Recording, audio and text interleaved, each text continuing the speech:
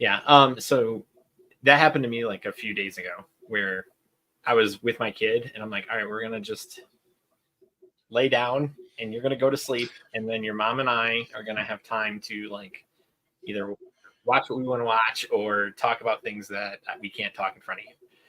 And then I accidentally fell asleep with him. That will do it. And so, yeah, so it's, yeah, so thanks for coming on. And yeah, of course. Glad to be here, man. Yeah, thank you. So, you know, when it comes, well, yeah, like what, just starting off, what IPs are you most disappointed in being kind of put into everything that's going on? I would say, I guess the one that's like probably closest to me is Doctor Who, just because that was really a large part of how I even met my wife. Really? Yeah. We so I met Hope. I had just moved kind of back to my hometown in the Twin Cities here in Minnesota. I hadn't lived there since going off to college. But that had to be like 8 years earlier. So I'd lived at college in Nebraska, then moved up to northern Minnesota for 4 years, and then moved back home. So I'd been away for, like I said, 8 years or so. You know, I wasn't really reconnecting with my high school friends, so there wasn't a lot of people around that I knew were, you know, hung out with. So I made a posting online just looking for someone to watch, like whatever the newest season of Doctor Who was at the time. I think it might have been the last season of Matt Smith or maybe the first of Capaldi. I don't remember, but I made a post just looking for someone to watch Doctor Who with. Right. And she was the first one to respond. Oh, wow. Yeah. So we, you know, the first time we ever hung out was watching Doctor Who, and now I've been married to her for 7 years on Monday. So, oh well, yeah, congratulations on your anniversary, man. Thank you. That's so like that's when you said that, the way you said that, because like my wife and I, we really connected on Doctor Who too. Okay. And so we connected. I had no idea who Doctor Who was, and there was a Doctor Who club on Michigan State's campus. And so she was like, all right, well, you know, her and a friend of ours were like, all right, you have to come and watch. You'll like really enjoy it. So I watched the first season of the reboot. So, with Eccleston, right? Yep. I didn't like it at the time, but on reflection, knowing more of the Doctor, I was like, he actually did a really good job. And yeah, my favorite was David Tennant. Like as we were going through it, my favorite was David Tennant. I agree. Tennant's my favorite too. And so like we went through, and we were part of this group, basically until it seemed to have disbanded. But like it disbanded just after we got engaged. So it was a really for us, we continued to watch Doctor Who, and we really enjoyed. Oh yeah, so the club was called Unit. Oh, that's awesome. Okay, that's funny. Like it was great. So it was it was like the way everything tied in. It was really nice, and we really enjoyed it. And we continued watching, and basically you know, got married, and then all the other years happened, and then it got like, for me, like it was really weird. Like Capaldi was the line, not in the beginning, but like the middle. Like when it switched from Clara to Billy. I even tolerated that for about for a half a season. Okay. And then it's just, I was like, I'm done. I can't do this anymore because of some of what happened with Billy. And I was just like, I can't justify this anymore. This is like bad. This is no longer a family show. And so it was very sad. He was not a best friend, yeah. So but it was very much disappointing, because you saw the height of it was like Tenet. Basically Tenet and Rose, like that love story was like really like the peak, and then it just plummeted. Or I'm sorry, it didn't. No, it didn't. Sorry, I mean, Smith plummet. and with Smith Amy was and good. Rory. Yeah, I that love was that. fine. Yeah, that was fine. It was sorry, it didn't plummet. So what is it? The ratings didn't plummet until I think right after Capaldi, when Whitaker took over. Yeah. So that's what I was thinking of when I said it plummeted. But like, yeah, you're right. Like, because I had to grow on Matt Smith, and so it was like really interesting to like have that, because like there's no other show that really does that well, where it's the same character, and then but it's a different actor, and the actor brings his own, flavor to it, but you still can see it in, like, David Tennant did a really good job of bringing back like the fourth and fifth Doctor in like fun little ways, like nice little Easter eggs. Yep. But then he made it his own, and so not the second time though. The second time was like horrendous, like the 14th Doctor, where it's David Tennant again. Yeah, I haven't seen that, so.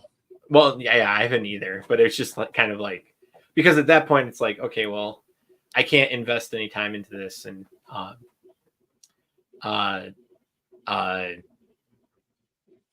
it was just like disappointing, and to see that with Doctor Who and like Star Wars, and then like even Marvel. So like, I don't know if you like cared that much about Marvel. Not personally, no. But like Endgame happened, and then it like that was just, nobody cared after that, because that climax was like too big to replicate. I think another one for me that so yeah, Star Wars 2. I haven't been as critical of some of the new stuff as others. But yeah, the Acolyte is, I won't watch that, won't even begin to watch that.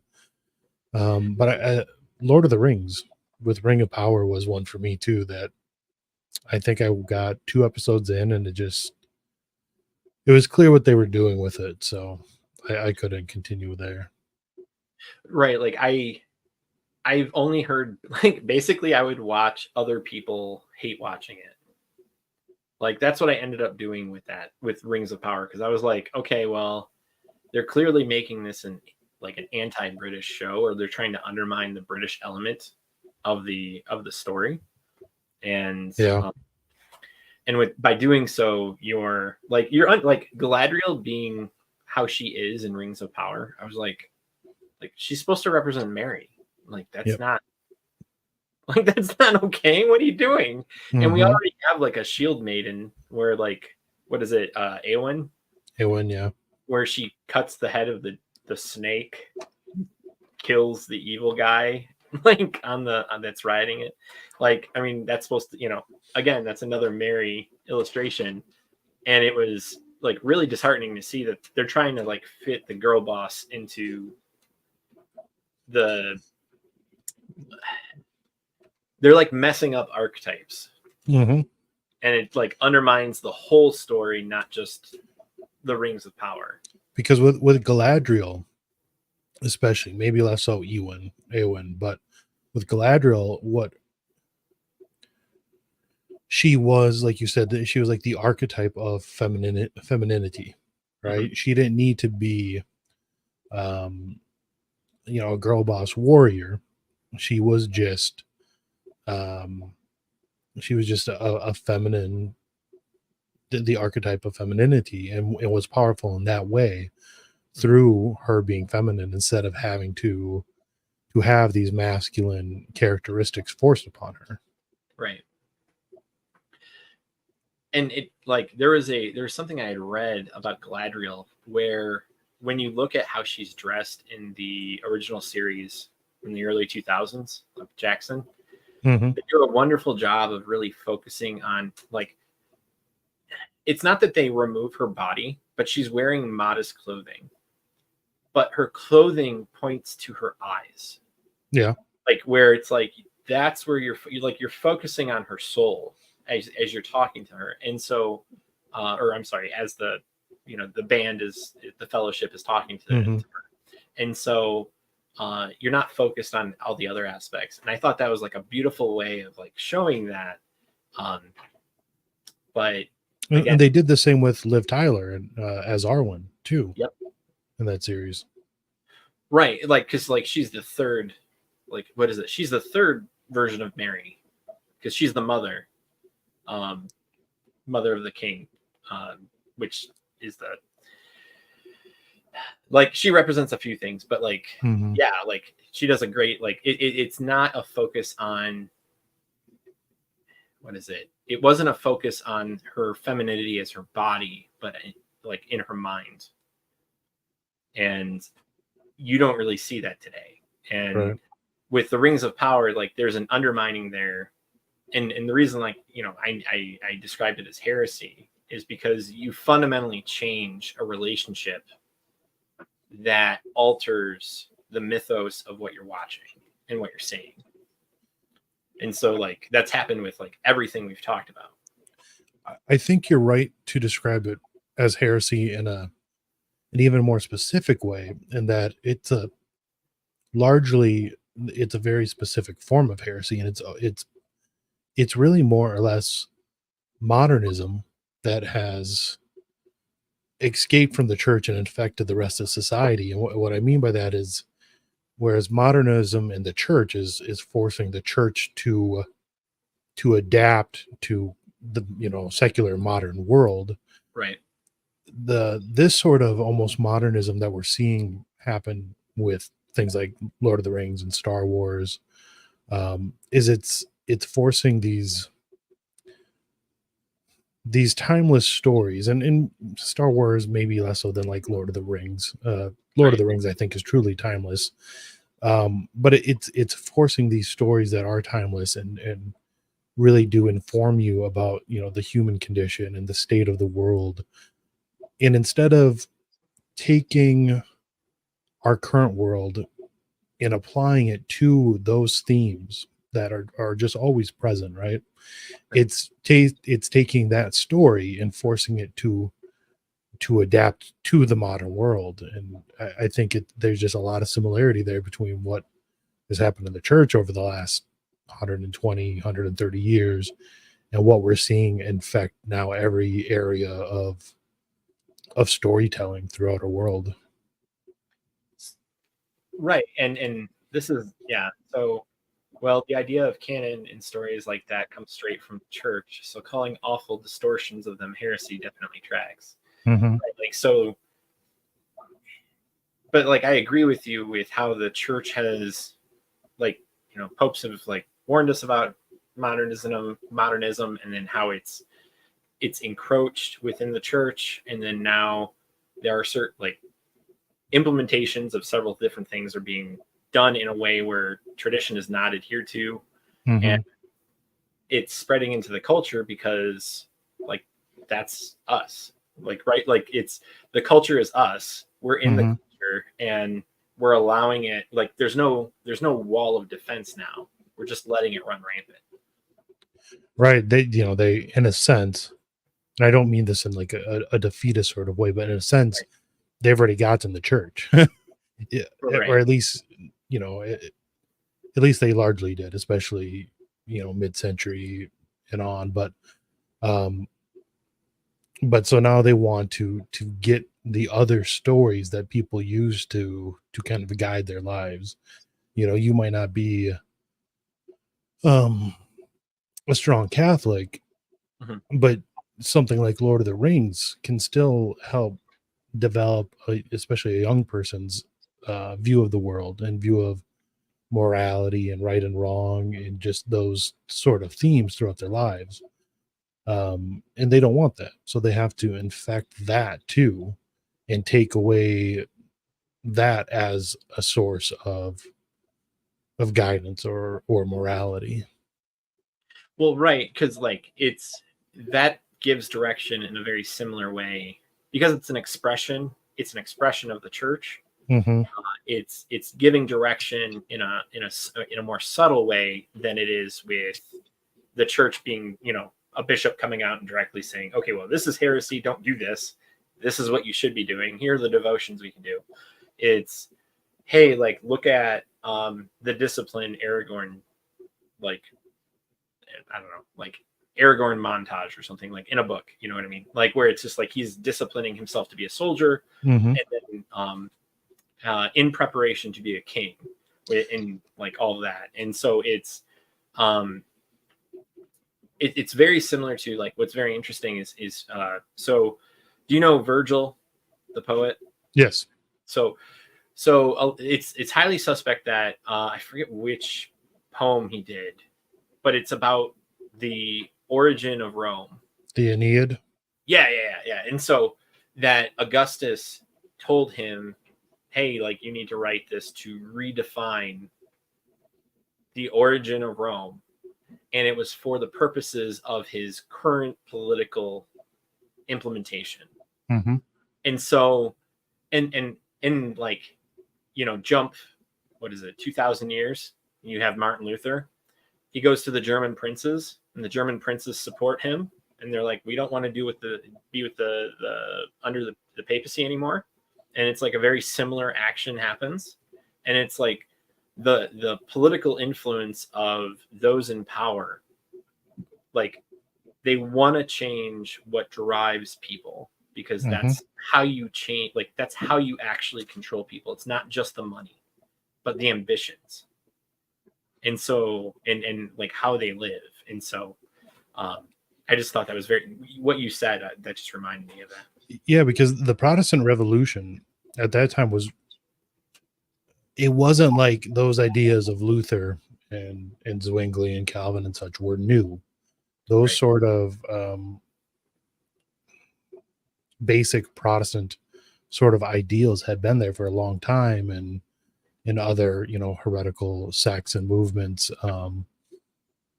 But what was different about the Protestant Revolution was the political support that they finally received from, like you said, from the German princes and such.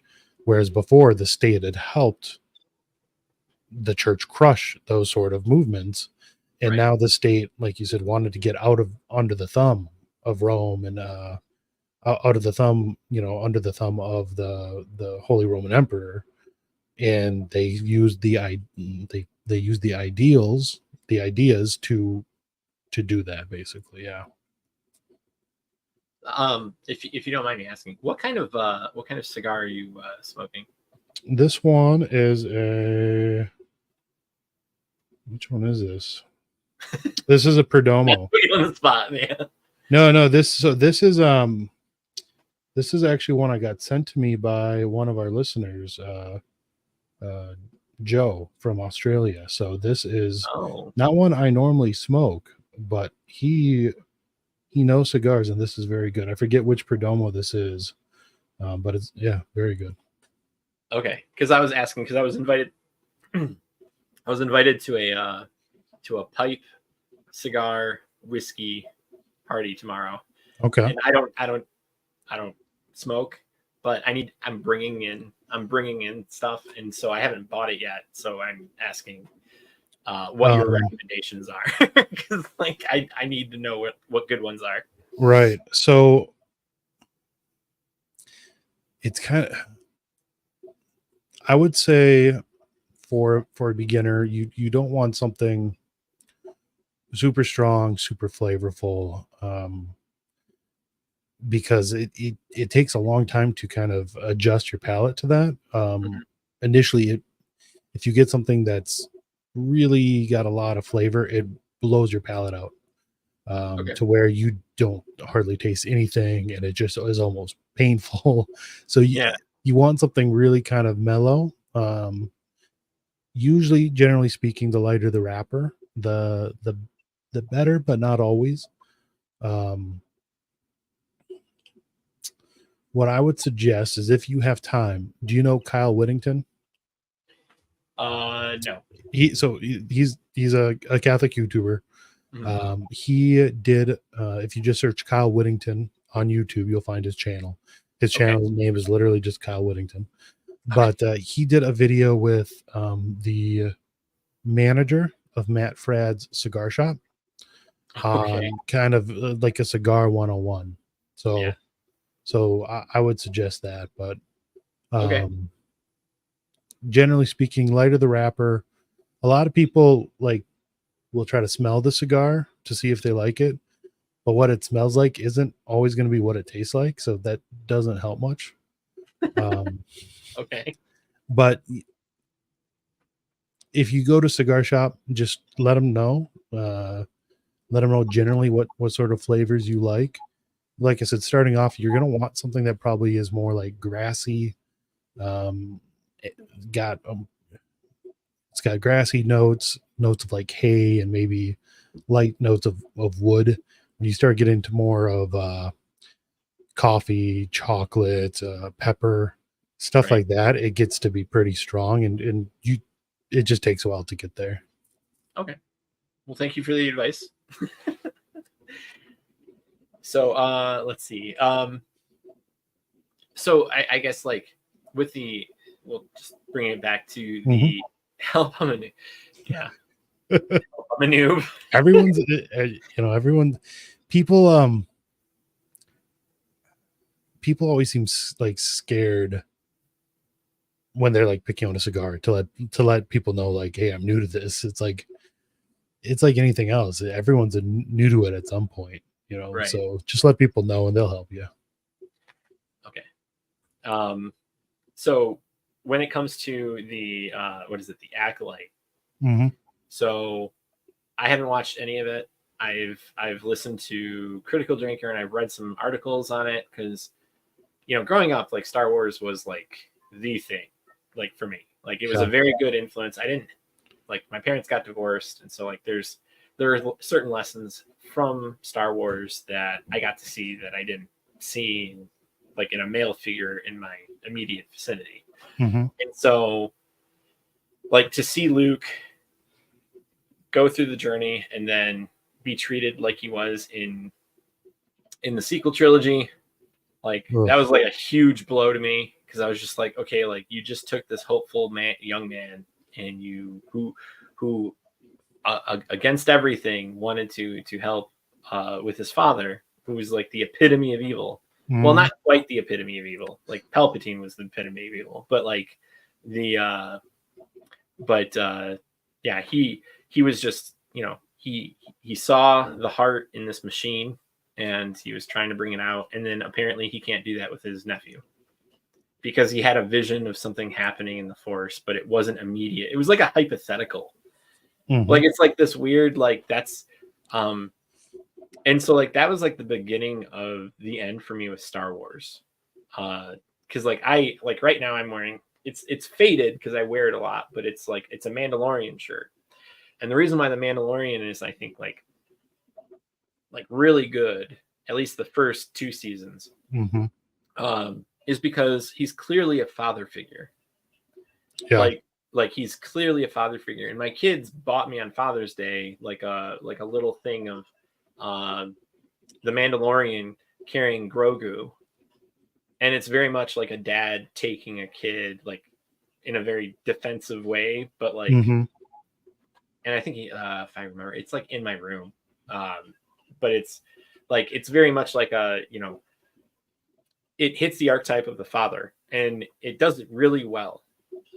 Because there's this begrudging, even at the very beginning, there's this begrudging acceptance, because not everybody has a perfect trail into fatherhood, right? Some people really want to be a father, and they end up being a father, and they love it.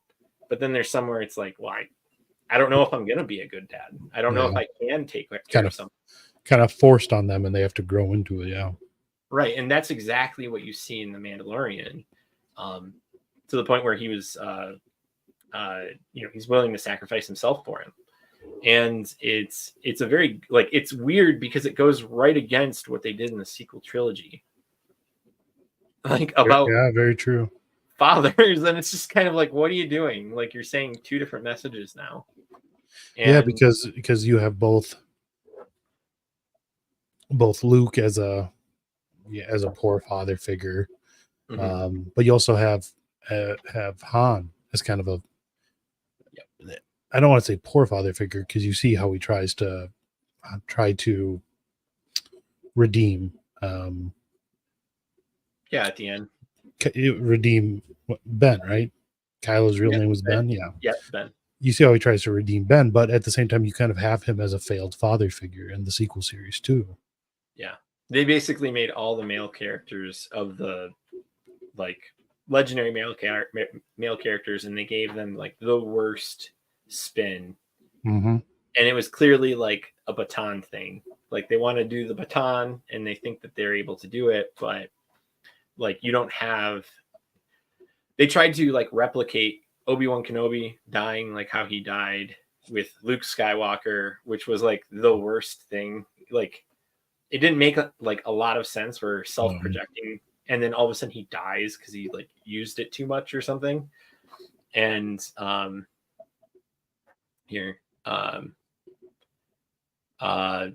like there's this idea of what is it? There's two different messages going on, but like that plays into the heresy, right? Like there's this, like you're trying to not scare people off necessarily, and you're trying to bring them in, and there's different ways you can bring them in. And sometimes it's speaking out of like two ways out, or two sides of your mouth, where you're saying to one audience, hey, this is what I'm doing, and then to another audience, to, that's what you're doing. Because they're promoting two different archetypes at the same time. Like they're showing men is really bad, and then they're showing, hey, men can be really good. But I also think the director, like, here's the thing, is like the director of that at the beginning saw the reaction of the sequel trilogy, and then did what he did with the Mandalorian to be like, all right, well, we're going to kind of correct a little bit. But then it just, season 3, it went right back to it, where now it's like, okay, well, this dude's like just a dude, and now we're going to go back to like the supposed queen of the Mandos. And so like that. Sorry, I don't mean to ramble too much. I forget, because I know both Dave Filoni and why can't I think of the name? You're talking about I'm talking about with Mandalorian, at least the first couple seasons. It was both Dave Filoni and he was heavily involved in Marvel too. You're talking about the bodyguard for Spider-Man. Yeah. I don't know his name off the top of my head, but I know. Let me look it up real quick. It's going to bother me.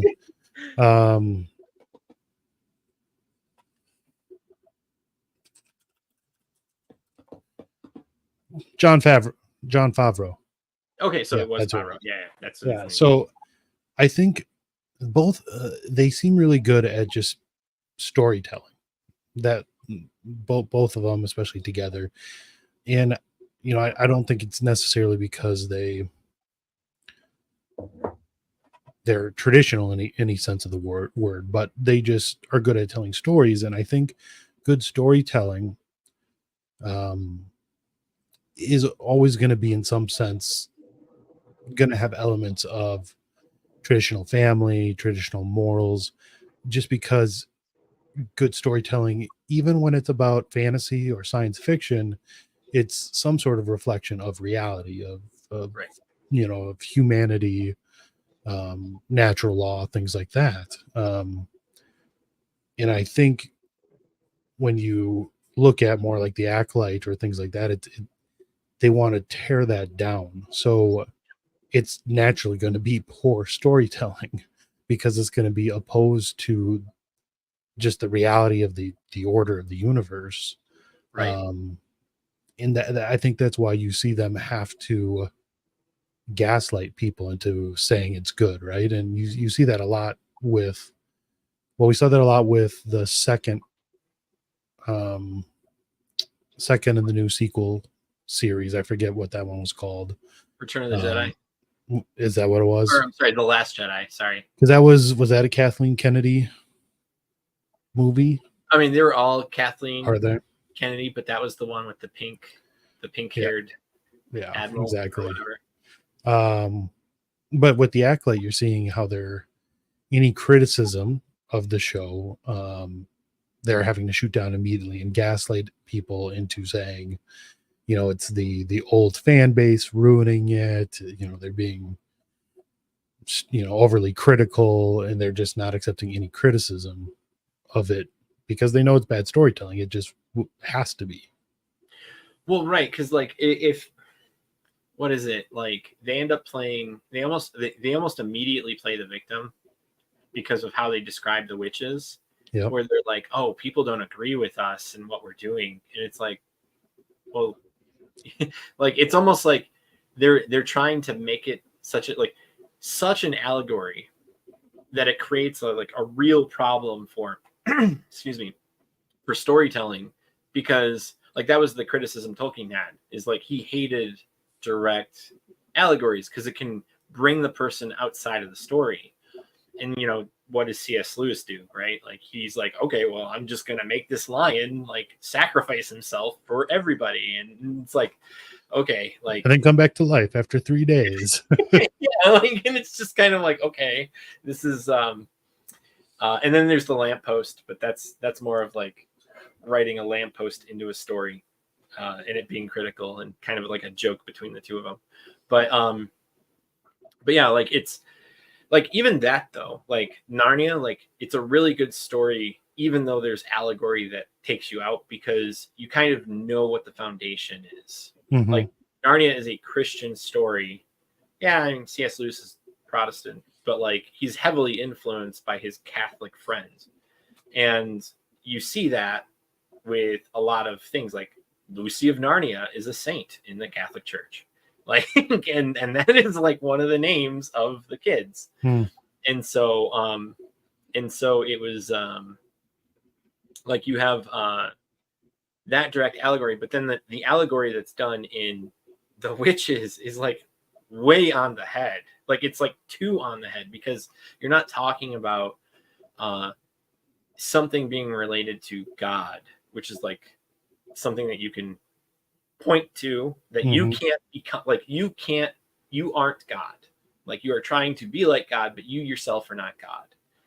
But for them, it's like, no, like we are, like we can do everything and we don't need no man. And with Narnia, the whole story, the whole world was built around that allegory, right? That even if it's maybe an allegory that's a little too on the nose in a sense, everything was built around that. That's the center of the story, right? Whereas in all these modern, interpretations of these stories, such as the Acolyte, they're having to break the world that the story is set in order to fit in their allegories. Or they have to immediately throw the victim card. Like, okay, well, why didn't we see anything in the original trilogy, which is supposed to be in the future? Why isn't there anybody like the witches? And they, well, because they're victims and they're off on this lonely planet. They're isolated. They're closeted. They're, pick whatever like reference you want to suggest that they're outcasts. And it's like, it's weird because it's like so on the head, but at the same time, it's like, they're talking about their group specifically, like the rainbow group. Yeah. And it's like, you guys are celebrated. Like, what are you talking about? Like, you guys are the complete opposite of this group. And like you said, it's gaslighting, but it's gaslighting through the story. And it just kind of blows my mind how people are still like okay with it. Well, I'm not gonna make a claim that that Star Wars isn't it what is or ever was in any real sense like Christian, because so much of it is influenced by Buddhism and other things, but up until more or less at the Acolyte, but especially even before the prequels, with the whole idea of like midichlorians and trying to quantify the force, right, was in a sense like God. It was this this living sort of not real entity, but this living force throughout the whole universe. And and then in the prequel series with Anakin, who is the chosen one, he was created directly by the force, or at least I don't know if that was ever said explicitly, but that's more or less what the story was, is that the this living entity that kind of can be thought of as God specifically created this special child that would be the chosen one to more or less save the universe and bring balance back to the galaxy. Whereas, like you said, now we have this group that is very clearly the alphabet movement, who is using the force, using this godlike power to unnaturally create life themselves. Which, I mean, if that's not some sort of indirect allegory that I'm sure they never even necessarily intended to, I like the know. evils of IVF Yeah, you're and totally on point. surrogacy, Yeah, no, you're totally on point, because it's like, all right, well, we're in this situation, and what do we need? We need something outside of ourselves to do it. Maybe it comes from us a little bit, like IVF, like part of the woman could be part of there still, but it's something, it has to come from outside of us, and we Mhm. have to direct it inward. And it's like really weird, because like that point is like really, yeah, that's it. Like it's very, very, I don't think they intended that, but it shows like the perverse nature of it. Like anybody who's paying attention and understands like natural law will be like, well, of course you have to do this, because you don't have any natural means to do it. Like Yep. you have to go and appeal uh what is it, deus deus ex machina, Yep. where it's just like, all right, well, we gotta go over here and we have to like just make crap up to justify like why this is happening, while at the same time, sorry, I thought something was going off on my Oh, computer. that was my clock. I'm sorry. Oh no, that's fine. Okay, so that makes sense now. But it's like now we have to justify the force can do this in a way that isn't going to like, that's the thing, they're trying to do this thing where it's like, all right, there's the Immaculate Conception of Anakin, that's essentially what it is, and then there's this, we're going to pull threads of the force or whatever, we're going to fundamentally understand the force in a way that has never been presented before and changes the dynamic of the force, and then we're going to use it to create a child from two people who cannot possibly do that. And but they're still going to say, oh well, the Anakin is still special, but then it's like, is he? Like, you're kind of undermining that, because now you have a situation that's incredibly similar, and not one baby but two babies are coming out of it, and they hit an intersectional group like a few times. So now it's like a matter of, again, bringing politics of today and putting it like right front and center into the story. I did see someone online say that they thought that they might try to bring this further in more or less retcon the whole idea of Anakin being a chosen one conceived by the Force itself, into Anakin just being a child conceived, you know, through some sort of space lesbian witch force magic like this, and therefore just get rid of the whole idea of a living force and in a chosen one, bringing balance, stuff like that, and just really it would literally kill everything that's at the heart of Star Wars. Yeah, it would undermine the origin of Star Wars like right away, because like it's kind of weird, because now they've turned with all of this and the way they've expanded and how everyone can use the Force now if they try hard enough. Like, That's true with Sabine Wren, and yeah, and then they kind of did that in Rogue One, but they did it in a like playful way. So it was like, okay, you had this like monk looking guy who's blind, and he's like force sensitive a little bit, mm-hmm. and like that, Rogue One actually wasn't bad compared to everything else. Not nearly as bad as everything else. I actually think it was okay. Yeah, no, I agree. It was Like cut the almost flare. like a Vietnam War movie set in space. Yeah, that's probably how I would describe it, because it was like almost it was kamikaze, Mm-hmm. because they don't make it, and which is but they do a pretty good job of like doing the characters, and they don't make the lead this like she's not Rey, she's not a walking perfection from the second she's on the screen. Mm-hmm. But it's very interesting because they seem to have like also changed the Force into something like where it's alchemy. So like alchemy, I don't know how familiar you are with alchemy, but there's a way of like there's the core, and the core is kind of like it's treated as God, but it's not God. Okay. And it's this.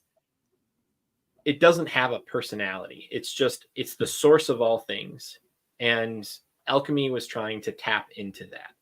So obviously this is a supernatural version of chemistry where they're like trying to, well, I'm just saying it for the audience, but like, because we kind of like use that in RPGs and stuff, like different games. But like, that's kind of how it feels now, like what they're doing with Star Wars. It's like, well, if you just massage the Force in such a way, like you'll get what you want, because you'll be able to pull the power from the Force in a way. And we see this in a bunch of different ways, but it's treated more like a science as opposed to a religious like observance. It's become it's become something you can bend to your will. Mm-hmm. In a sense, that was always kind of there, and like the idea of the dark side of the Force, right? Or the bad guys in Star Wars were the ones who try to bend the Force to their will, and it always corrupted them and ended up destroying them. Right. But now you're starting to see it with, like I said, like Sabine Wren in the Ahsoka series, just after years of trying and just trying really hard, learns to use the Force. It just out of her pure willpower, which is voluntarism, instead of her being, the Jedi to me always seemed more like they were called to it, right? It was more of a vocation that some people were called to and some people weren't. And now it's just become pure willpower. If you want to do it, you'll be able to do it, more or less. And they make this factions, so they're mixing the factions because they're making it look, which is ironic given the red versus blue understanding, because the red was like communism and the blue was like freedom, like originally in the original series or the original trilogy. And so now it's it's a power struggle. It's always been a power struggle. The Jedi are actually bad too, because they're just trying to be tyrannical in their own way, but they look better at doing it.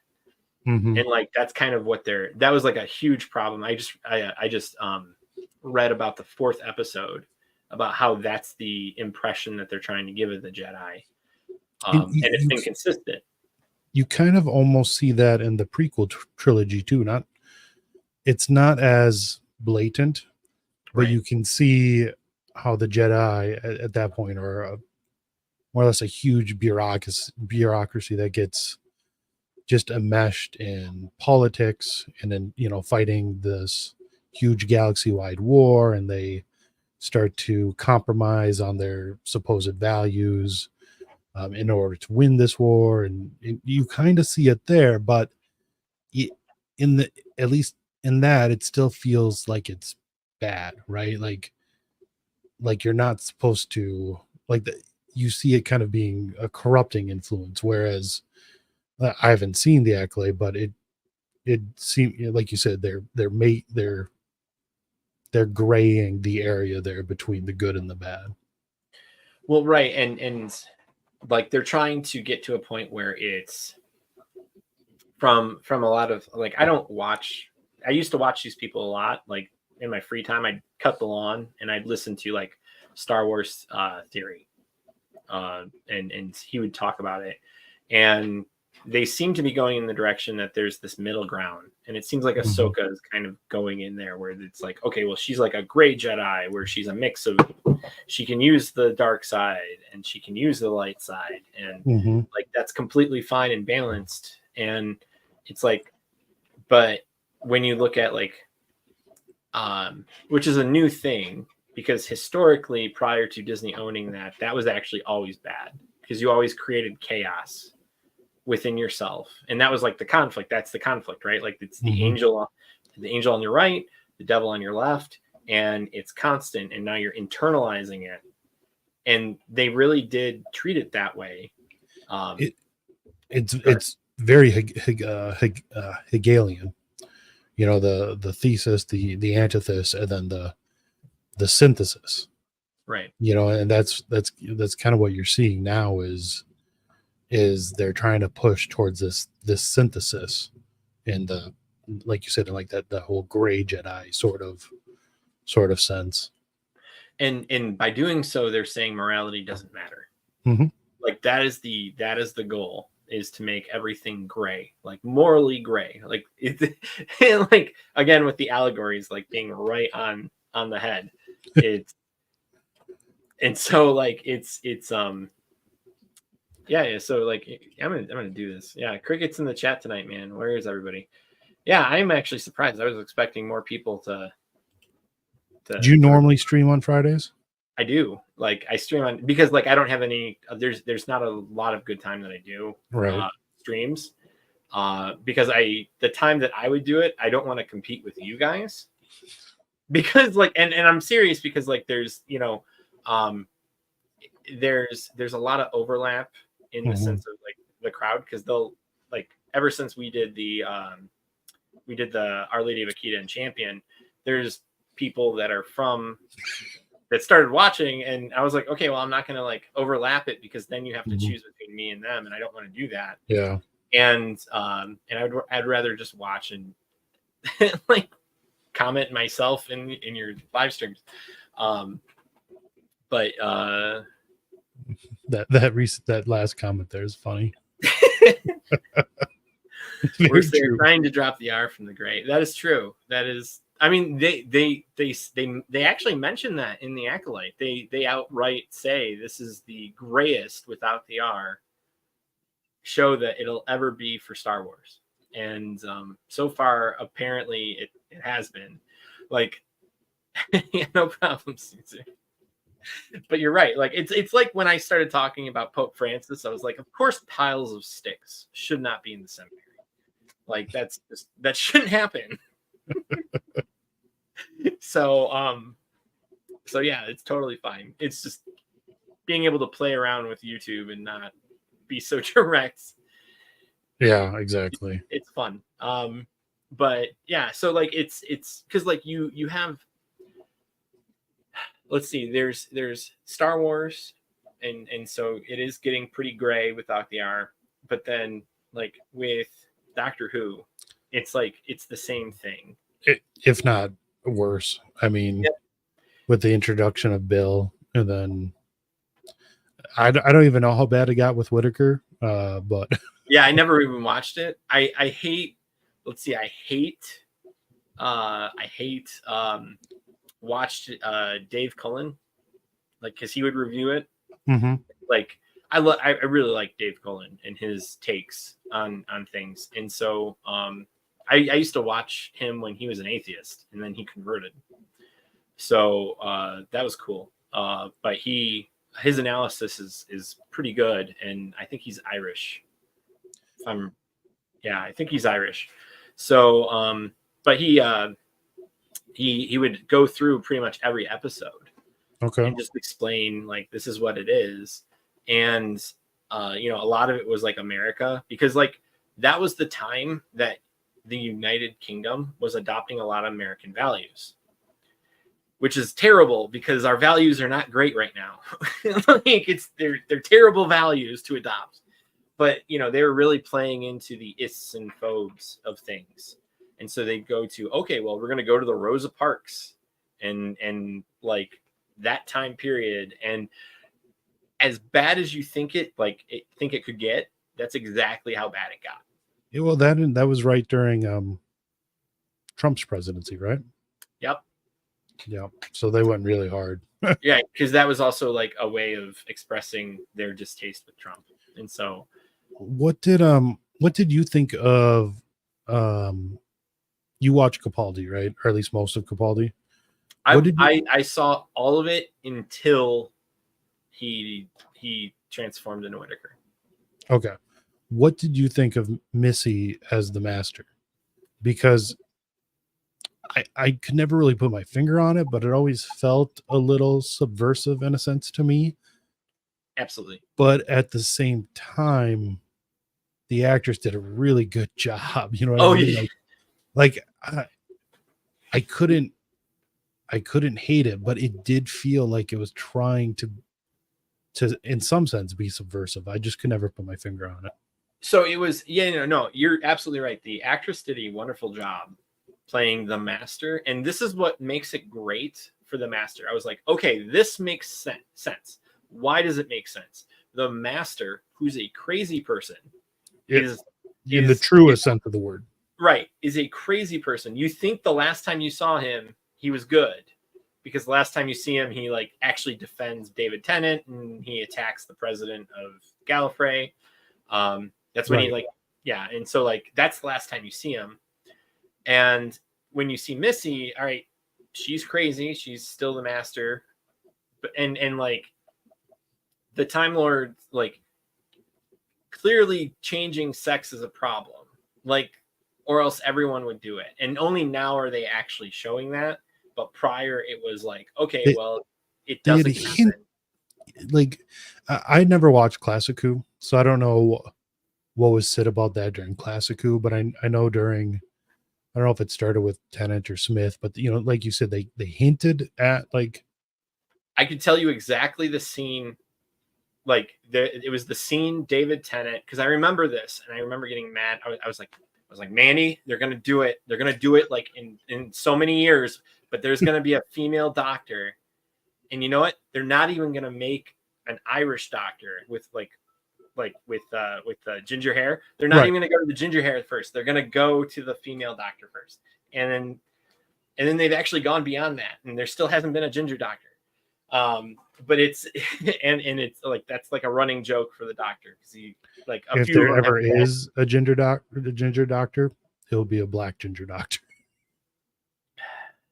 Yeah, that is like really depressing to hear about, but yeah, like because it's like it's a British show, so like that's why it's but it's so it was the point for the character, but it was totally a soft check for the doctor. Yeah, like because Missy was great. All right, well, we're gonna make the doctor also change the sex. But going back to the leading up, David Tennant says to, I believe, the second companion, I don't remember her name. She was the doctor. Huh? No, Martha. Martha, yeah. Says, oh, it was really fun when so-and-so like regenerated into a woman. And like we had a blast with that. And I was just kind of like, okay, like that is a little too much for the implications there are a little too much for a family show. Mm-hmm. And not to mention, you're saying that you go against nature and turn like a completely different sex. And changes the very essence. Yeah. Yeah. Because like, what is it? It was the fact that like, okay, well, people would be like, oh, well, every part of his cell is being changed. And it's like, yes, every part of his cell is being changed, but his DNA is not being changed to the point where he's fundamentally a completely different person. And if like that doesn't make any sense. Let's see.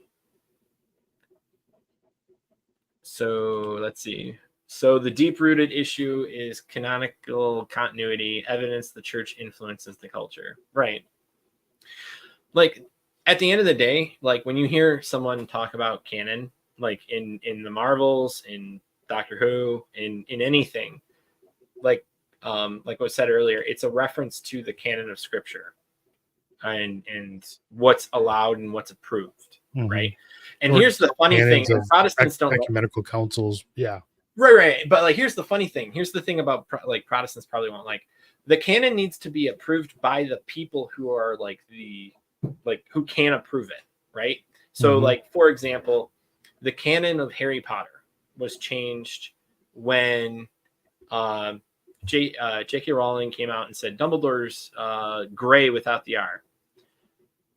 And that was not in the book at all. No. But it was considered part of the understanding of the universe. And so, like, in a very like real way, like that's how it works in the Catholic Church and Christianity. The church comes out and says something, and like that's how canon works. It's not just the books, but the teachings. Like, because the material, the books, movies, whatever, only have the authority given to it by its creators. Right. Which is right. And which is why I made like, I had another video I did where I compared being under Disney versus being under George Lucas as being kind of like a Protestant versus Catholic thing. Yeah, that's where true. Like being under Lucas would be more like a Catholic thing because Lucas is the head. Everybody knows he's the head. Like if you start going off with your head canon, it's very clearly like nobody cares what you're saying. Whereas like being under Disney, it's like, okay, well, everyone's a Protestant. Like, because like, you know, nobody is agreeing on anything. And Disney, even though they have the rights, they're undermining their own universe. Well, and because they have so many different creators that have a hand in it. And that's why so much of the new material is so varied in its quality, right? Right. Yeah, because like you have something like Mando and Mandalorian and Andor, and then you have Ahsoka and the Acolyte. And they're just completely different from each other. I didn't watch Andor, but like apparently it was really good. I've heard that too. I haven't seen it, but I've heard that. And so like, whereas like even with, I think with the Legends books, there was clarifications if there was ever contradictions. And those clarifications were pretty like prominent, where like George Lucas may even come out and say it was really funny, like how you like compare it. It's like, it's very much like the Catholic Church. Okay. Like the Pope comes out and clarifies like what's supposed to happen. You know, that's what we would like to happen. Right. Like, and George Lucas did that. But underneath here, like you even have like, what is it? Jedi Legends or something. I was reading about it, and Jedi Legends. Jedi. Yeah. And they allow this like wide breadth of like, okay, there's some things that go against the canon, but they're supposed to be legends. And it's like, okay, well, that's not really how stories work. Like, that's not like you're doing a headcanon that's official. Like, that's what you're doing. You're doing a headcanon that's official, but you're not really explaining what is and is not true or factual. And that's going to cause confusion. And you have so many kind of characters and storylines in the, I guess, in the new canon and the Disney canon that come from, you know, the old what was called the expanded universe, right? In it's which the expanded universe was in a sense fan fiction, but now you have them using that to create almost, you know, more fan fiction. It's like the Protestants, you know, will get their teaching from their pastor or a pastor they saw online who got it from someone else, and then they reinterpret it for themselves. Right. And that's exactly what you have.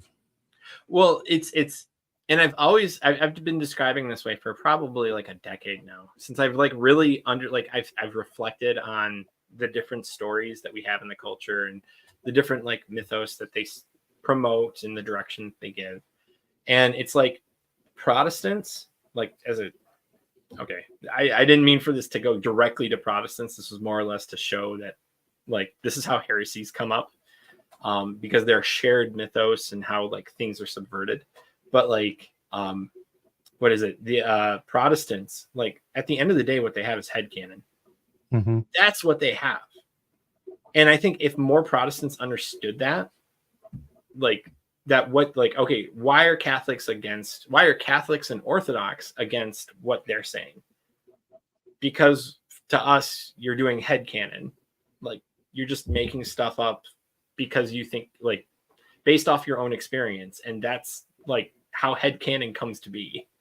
Is like, you typically don't have all the information and you're just justifying several different things. And so, or maybe you have all the information, but you lack the context, which is primarily like the biggest problem with Protestants, is that they lack a lot of context, especially with like evangelicals and what they've been, like American evangelicals, and what they've been pushing in the last like 60 years. Yeah, and so much of it stems from like individualism, you know, which is at the core of Protestantism, really.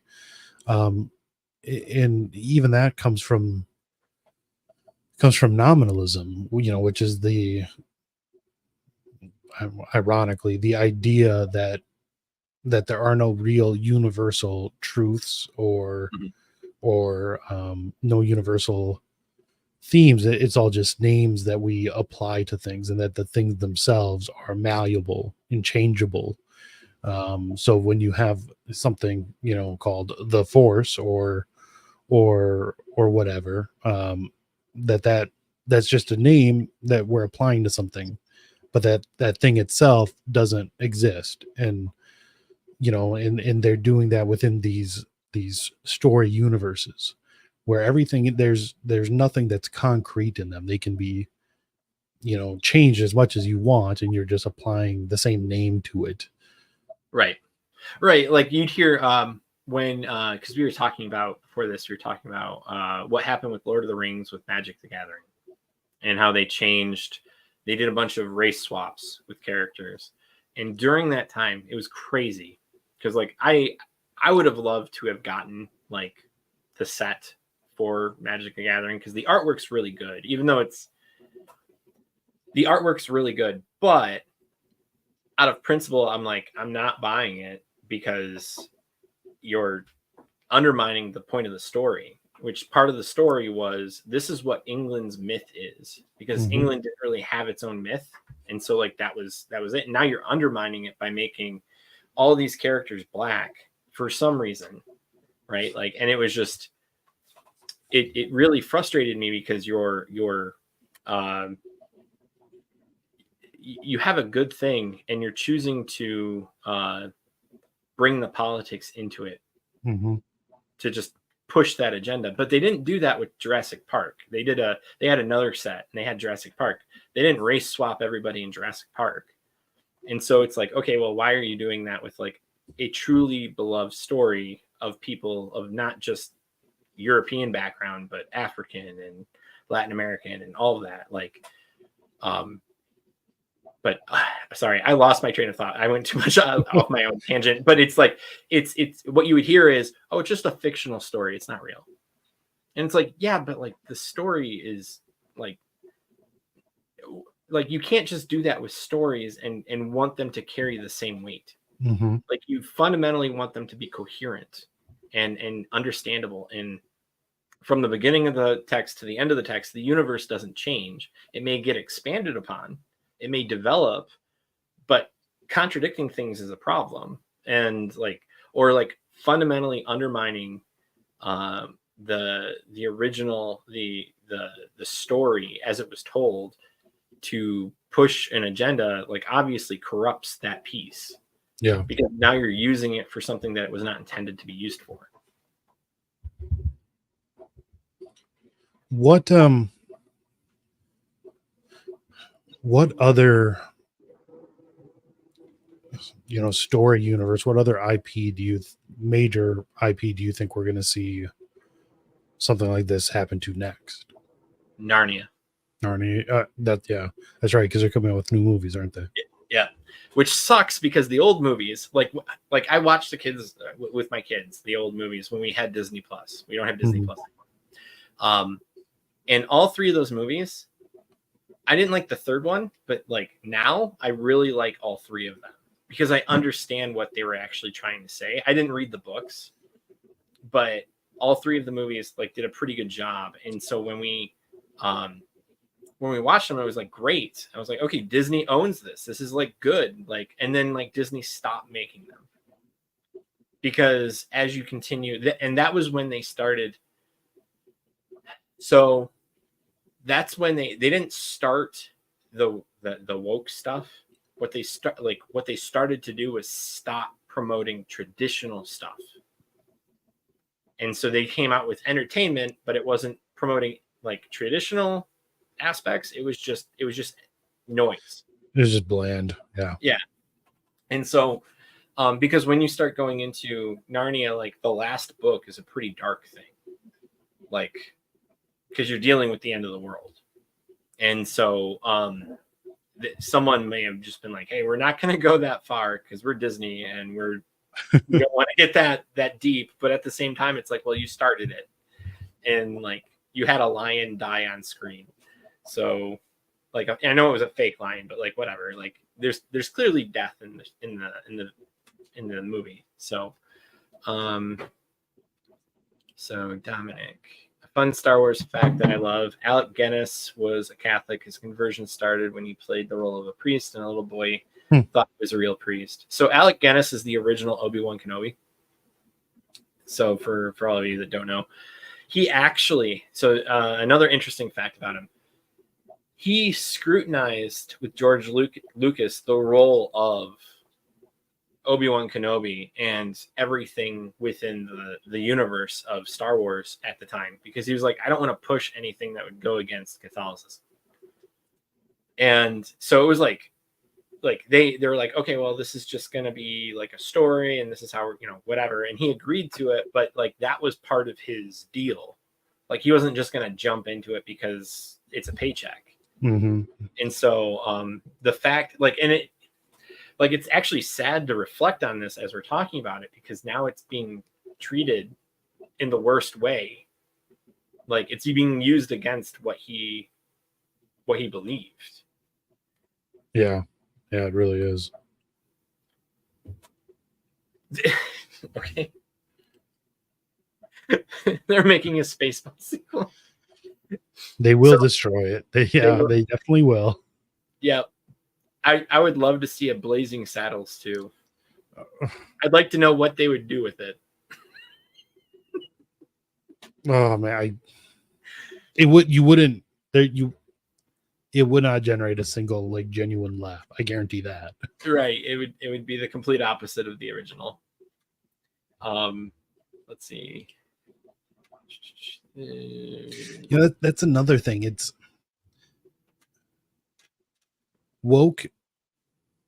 It can't be funny, because the things that make you laugh, they do so because they're relatable. Even if they're crass or sophomoric, with like the Three Stooges, stuff like that. things are funny when they're relatable in some way, right? Like why do guys laugh so much watching someone on America's Funniest Videos get hit in the balls? Because we relate to it, right? Right. Because it's part of reality, because it's all happened to us. But when you make something that is inherently opposed to reality, it can't be beautiful, it can't be encouraging, it can't be endearing, and it can't be funny either.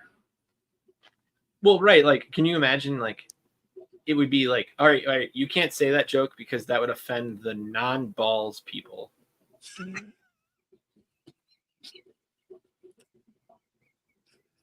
The non-balls people. Well, it's just funny because no one enjoys those sort of videos more than my wife.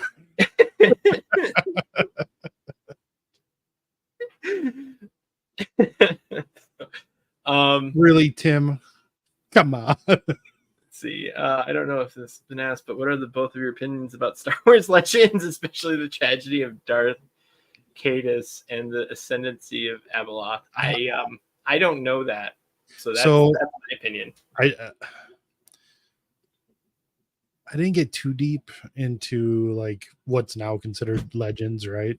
I didn't get too deep into the expanded universe books as a kid. Some of the video games I played when I was younger. But I do know Abeloth. Oh, So that's the mother, right? Right. Yeah. You have the father, the son, and the daughter, which is the father is the force in general, and then the son is the dark side, the daughter is the light side, and then Abeloth is, I don't know a lot about it, but so she ends up getting dipped. I think she gets dipped in the wells of the light and the dark. okay. And so this is where I was talking about where like the gray Jedis make no sense, because Abeloth is an example of that chaos. Like she's actually called Abeloth the Destroyer or something, right? I don't know, but like I didn't know that much. What I did is I listened to Star Wars Theory about it, because I was like, oh, what is this? Because it was like a reference to someone that gave like Luke, like Legends Luke, a problem. And so it's not so much that she gave him a problem, it's that like he couldn't deal with her. Like, and all the best he could do was like defend against her, because she was incredibly powerful, crazy, but like incredibly powerful. And because she went mad because of that chaos between the light and the dark within her body. Whereas like the sister and the son are like the light and the dark. And what is it? It's weird because the father is kind of like uniform, like the force is a uniform neutral thing, and it's like really weird because he's not a conflict between anything, he's just very neutral. And but like that's all I know, Tim, is that she ends up being crazy. And I guess maybe is Darth Caedus the one that also went into those pools and he died before he got to the level of Abeloth? I think, was that it? Oh, okay, whatever. Yeah, so he's thanks. But, Tim's just testing us, seeing how big of nerds we are, I guess. Yeah, I mean, like, because like I used to, like I said, I used to like listen to that stuff as kind of like a reaction to Disney doing what they did to The Last Jedi. Mm-hmm. I was like, okay, well, I'll listen to like the idea that Luke used to canonically say, what is it? He could push an entire army down with the Force with one hand. Like that's how powerful he got. So he wouldn't kill anybody like with that. He would just push everybody down. And it was like, oh wow, like that's like not a joke. Like that's pretty powerful. But like like even with like Legends, right? Like is parallel to Heresy and like the problems that we're talking about, because that's the Deuterocanonical books. Yeah. Like that's a perfect comparison. not the Catholic Deuterocanonical. We're talking like the actual, like it's almost like the Gnostic Gospels. Right. And it's so yes and no, like because it's kind of like a combination of, because they were canon for a little bit. They were, yeah. And then they weren't. And no, so yeah, that no, you're right. Your description makes more sense, because I was thinking of it as, well, Disney took over, and so now they're like, oh, well, we're gonna just not do this, which is what Protestants did in the 1500s, where they're like, okay, well, we're gonna go with what the Jews said, and we'll just leave out those 7 books. But yeah, so it's but yours makes more sense because there's a clarification that comes about. And maybe not the Gnostic Gospels, because we know those are just total crap. I guess more like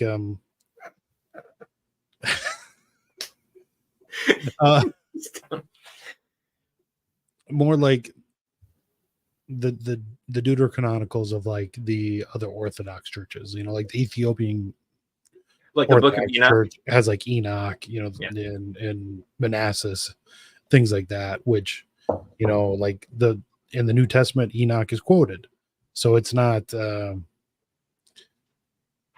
like inherently opposed to much of Christianity. It's just not inspired scripture. Right. And except for, so like that's kind of interesting. Like I've always wondered that, and that's something I'd like to talk to an expert on this, where like you know how like the reference of Satan and Michael fighting over Moses' body. Mm-hmm. And so that's how it's like, was that the inspired part? Because like as one of the offices for Michael is to like two of them, like two of the four that he has to do with the dead. And the citation for that in the, I think the Catholic Encyclopedia at newadvent.org. Yeah. Like it points to that passage. So it's like very interesting where it's like, okay, well, was that the Holy Spirit saying, okay, well, that was right. And so we're going to bring it in here, but only that part. And it's like, that's what we're okay with, you know, and you know, and so like, I've always wanted to ask an expert, like, is that like a right way of thinking about it? Because like, I don't want to like think, okay, well, that's inspired, but not inspired because it is in the Bible, but it's also like referencing a non-biblical source. Yeah, I don't know. Yeah, you know, or like the Didache.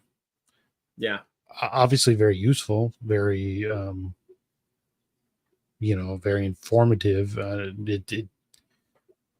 It shows you what they were teaching in the early church, and it was at some times and in some places before the canon was established. Some people did consider it scripture, but ultimately it was left out of the canon. So there's nothing inherently wrong with it, but obviously the church decided it wasn't inspired. So where exactly does it stand?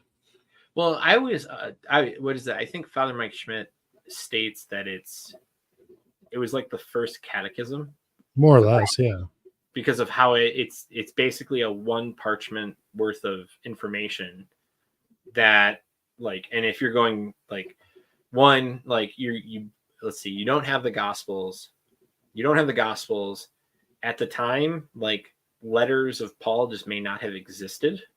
So like depending on where you get the range from for when the Didache was. And so like you now have this case where it's like, okay, well, they have a summary of the faith, and they're just going to town to town to try and help convert people. So let's see. Because you definitely don't have like the apocalypse yet, you know, because they figure John wrote that in what, approximately 90 AD. Yep. The Didache was around for 20-25 years by that point. Right. You know, I don't know all the dating of the epistles. You probably have all the gospels by then, I think. Yeah, you know, so it even predates some scripture, but it's not scripture itself. Right. And it's complete. Yeah. And excuse me. And it's completely fine. It's just when it comes to, because like coming back to this, it's like the same thing with like, okay, well, with Disney, right? Like, how much is the, like, canon wise, how much is Ahsoka compared to the original Star Wars? Mm-hmm. Like the original trilogy? Are they just going to be like later down the road be like, yeah, we're just going to drop it? And like, is the sequel trilogy on the same level as the original? Is the there's rumors they might try to retcon the whole sequel trilogy because of how poorly it did, you know. Well, so like I actually was saying, like immediately after The Last Jedi, I was like, they will save the most face and it'll be the most long-term solution just to redo the whole thing. Mm-hmm. Because it makes no sense that you would get this and then you say, okay, well, we're going to have J.J. Abrams do it, and then we're going to have Rian Johnson do it, and then we're going to have J.J. Abrams because we didn't have a third person picked out, so we're going to do it last minute. And it's like, when you get a hold of an IP that's that valuable, and people at the time were starving for that seat. Like, I don't know if you remember that time, but it's like, all right, Rogue One, it wasn't the greatest thing, but okay, like people are like ready for round two. Like they want the sequel trilogy. Yeah. And they just want it better than the prequels. Like that's essentially what the bar was. Better than the prequels. Which is ironic because the prequels look they look way better now in comparison, right? They look way better now. And then it's like, okay, just scrap the sequel trilogy and redo everything. The problem is that, you know, the actress that played Princess Leia died during it. Yep. And so now there's like, okay, well, Harrison Ford isn't going to come back. Like, Luke Skywalker would, you know, Mark Hamill would. Well, let's hope not. Well, right. But like, that's the thing though, right? Like, it's either you set the sequel trilogy out way so far that it doesn't matter about the previous generation, but you see what happened like after in a retelling or like a flashback or whatever, or you do it immediately after and you give Luke his academy, like that he or like his new order that he wants to establish. Right. And like, because like they're basically moving that all to Rey, and it's like, okay, well, like that Rey just came out of nowhere, like doesn't even make a whole lot of sense with the story and the whole Palpatine thing coming at the end. Like, oh yeah, the whole Palpatine thing coming at the end didn't make a lot of sense because there was, I mean, they killed Snoke in The Last Jedi. And so why you would risk like, and we see like the drop from like, what is it? It was like $2 billion for like the revenue that they brought in. And then it was like, it dropped by $500 million every episode. And it was just like, why would you do that? Like, yeah, like that's still a lot of money, but the last episode should be like, it should be like 3 billion, 4 billion. Yeah. It should literally be making records. Like, why did you rush this?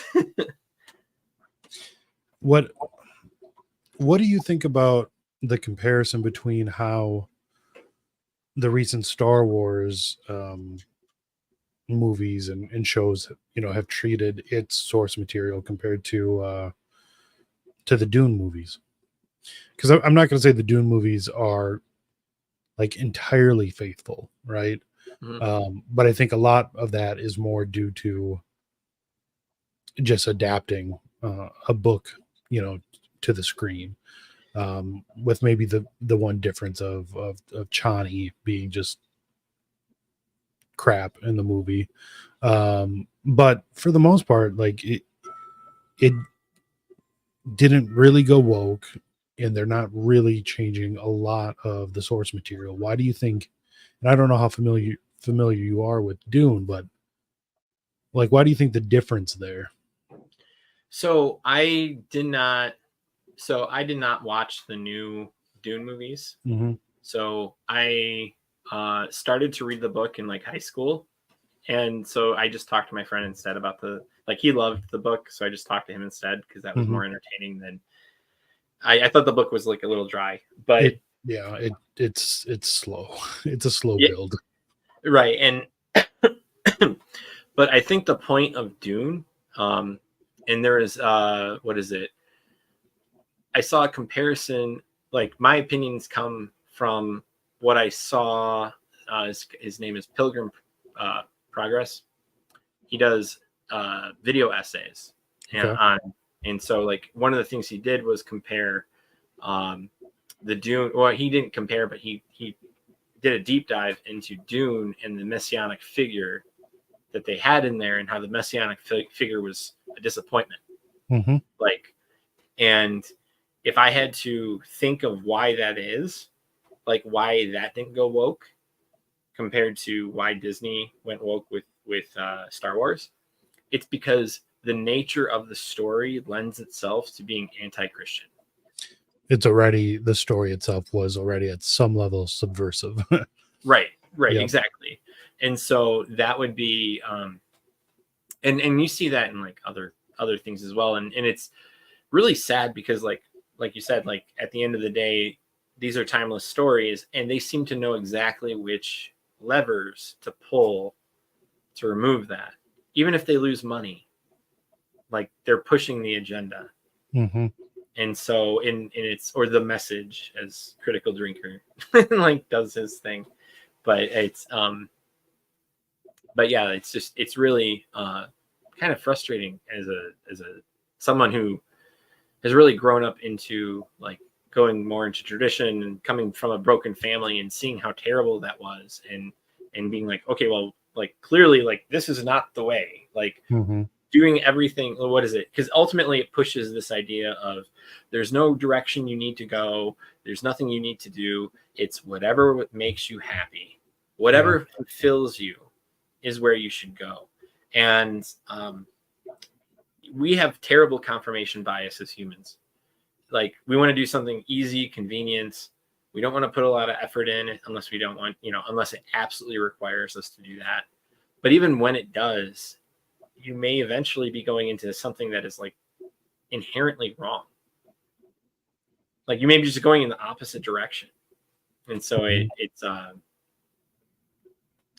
it's bad because like basically the generation before us is a perfect example of what happens when you do that.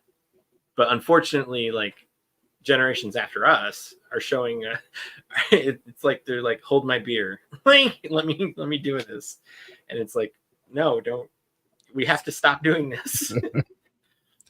Yeah, it's for so many in our generation, who, like you said, either were raised in broken families or weren't raised in the faith or were poorly catechized, maybe didn't have the best real life role models, like these timeless stories like Lord of the Rings, um, Star Wars to a much lesser extent, in my opinion, anyways. But Yeah. So many of these stories and shows and made up universes were or could be kind of like a guiding principle. Obviously, far less so than the church Right. could have been and should have been, but still, so many people got lost in these stories to give some sort of meaning or path to their life. Right. And now they're being just ripped apart and destroyed just entirely. Well, it's interesting that you say that because there's sometimes what? Dragon Ball. Oh yeah, but it didn't quite go woke, right? It was just Japanese. It just got absurd eventually. Yeah, the power level. Yeah. It kept going up and up and up. Yeah, the mythology. I mean, it inspired, I guess, like to a certain. So his next thing is the mythology, like because they bring angels in, right? Like with Dragon Ball Super. I don't know if you watched that, but they bring in angels, and Okay. they bring it. They bring in like halos, so there's some influence, although not great. Right. So, but like with what you were saying about how there's the church influences the world, like I bet you like on some level, like George Lucas used, so like I use Saint Anthony as the saint on my thumbnail, on the thumbnail photos. Part of that is because I didn't know about it like as I picked it. I was just like, okay, well, he's hammering heretics. Like that's what he does. But at the same time, he's wearing the robe, right? And the robe is what was inspired George Lucas to have all of the Jedi wear those robes in the Star Wars They really are. They're Franciscan habits, more or less. Really, right? And so like it's a way of like, okay, well, this is a special vocation that Jedi have.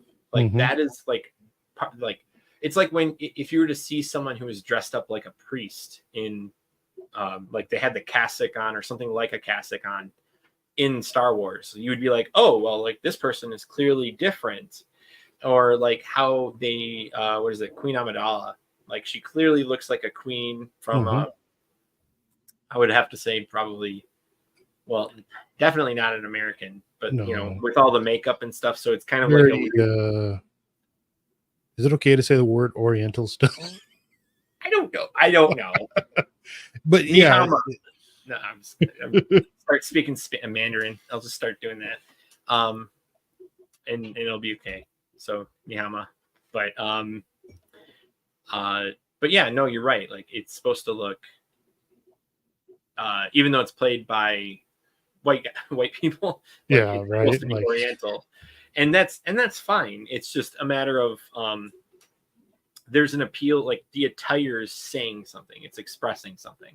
And so the idea that the Jedi were looked at as a religious order, because that's exactly what they are. They're a religious order. Yeah, 100%. And so the Sith, what are they? They're rejected Jedi because they went to the dark side, and they're a religious order, but they're doing it out of spite, which you could say is like a Freemason thing, because they're subversive and they're trying to undermine everything, and they're trying to collapse the like, it's literally French Revolution stuff. Like, it's just that it fits right in. Right. But it's yeah. So yes. Sorry, Well, I don't know. It's just, we're Americans. Indeed. Which, that's. But what does that mean, Caesar? Like that's changed so much for me in the last 5-6 years. I know. And that's how we understand American, being American is similar to how we understand all of what we're talking about, because those are fundamentally what we're talking about is American mythos and expressions. And when we see our IPs, when we see Star Wars being corrupted, I use that word corrupt because I do think that's what it is. It's a corruption from a belief that is not what was there originally. And woke is an expression, it's a people would say it's Marxist or whatever, and they're kind of right, but it's there's fundamentally a religious aspect there that's being promoted, and it's seeping into all of these stories to fundamentally change how we understand things. And it's very similar to how Virgil, the whole thing with Virgil. And so let's see. It's very much an inverse of what the church did to the pagan world. So many of the surviving myths and legends that we have of the pagan world, especially of the Norse pagan world, are simply what more or less the church allowed to survive. So when you hear or read about Norse paganism, what we know of it today, it's what was transmitted by the monks, what they learned and what they transmitted. So a lot of people will, for instance, read about the myth of Odin hanging on Yggdrasil, the tree, the world tree, for 3 days. And they'll say, see, Christianity is just, Christ hanging on the wood of the cross, which is, the tree of life in a sense, right. In a very real sense. And then being in the tomb for 3 days is just a retelling of the Norse myth. And what they don't realize is it's actually the exact opposite. Yeah. Because it's very likely that the original Norse mythos was not that. In that, because the Norse, they did not have a written language at the time. Yep. The Norse written language was made by Catholic monks. Yes. And all writings we have of the Norse are from the Catholic Church. So it's very likely that the tellings we have of many of the Norse myths were literally rewritten by Catholic monks. Yeah. So we took their stories, their myths, and subverted them to convert them to Christ. And now the same thing is being done to us by the new woke religion. Well, right. Because because when you look at Ragnarok, at the end, what's left? A tree. The guy who was resurrected, I forget his name, starts with a B, but he had died, and then he comes back, and then you have a man and a woman, and it's kind of set up where it's that's the Garden of Eden. And so it's kind of okay, well, it's a continuity of story, but you're right, it's there. I have no doubt that we did that. Even if it's just a small level, but you're right, it's a real it's a real problem. And like the thing is like we're identifying it, right? Like we're saying, hey, like this is what's happening. This is what's being told to our kids. And like we see generations below us, and they're like biting into this. Like they're going into this and they're identifying in really screwed up ways. And they're let's see. But like the whole idea of now we have a generation, maybe a generation and a half, that we actually have to deconvert. Like, I mean, like really we have to convert because they grew up in a pagan understanding. But it's like we have people who legitimately, through no fault of their own, you know, to a certain extent, that their parents pushed on them and then society pushed on them. And then it's like, okay, well, we seriously need to convert pagans in this post-Christian culture. But we also have to recognize they literally don't know what they're missing. Like they have no idea, like, what is it? They don't understand Christian morality because they haven't lived through it. Right. Whereas like people our age, if I were to meet someone who is, because like, how old are you? I'm 36. 35. Okay. So yeah, like if we were to meet someone our age, it'd be like, you know, Christianity, like you may have like grew up Protestant, but like you at least understand basic tenets and even like some actions that we'd be able to correspond with and interact with. But with pagans, it's like when I mean pagans, I do mean it like in the sense, like in the real word. Like I don't mean it as just like not Catholic. I mean like they believe that they can change the world around them in like weird ways. Like when you listen, like my gosh, like a perfect example of this is I'm on Reddit because I'm a masochist apparently. and I'm reading this really sad take of this woman who's going to go to a mill to take care of to take care of her child. Yeah. And she's like, I don't know if I should do it or not. And I'm like, hey, like I can, don't do it. I know I have resources that people can help you. Like, please do not do this. And then she like responds on the Monday and she's like, I'm going to go through with it. I'm not ready to be a mother now, but when I am, my child will be ready. And no, your child will be dead. And I'm just like, what are you talking about? Like, what are you talking about? Like, that makes no sense. It's like you are killing your kid. Like, don't do that. But like she has no idea. Like because her, well, I'm giving her the benefit of the doubt that she was raised in a terrible home, like theologically, morally, and that's because like probably some like our peers, and I know that like kind of like sucks. The vast majority. Well, right, like I don't know how to say it without just saying like, okay, well, like America sucks and we're the new Babylon, which I do believe. I do believe that we're the new Babylon, but it's like, and your name is like really well like positioned to deal with that. but it's like it's the saddest thing to read a story like that, even if it is fake. Like there are people who on Twitter, they'll say the same thing. It's like, I'm not ready to be a kid or a mother. And so I'm going to get rid of my child. And then when I'm ready, that child will come back to me. And it's like, that is not how that works. And it's like, and the problem is even just the most basic understanding of reality is gone.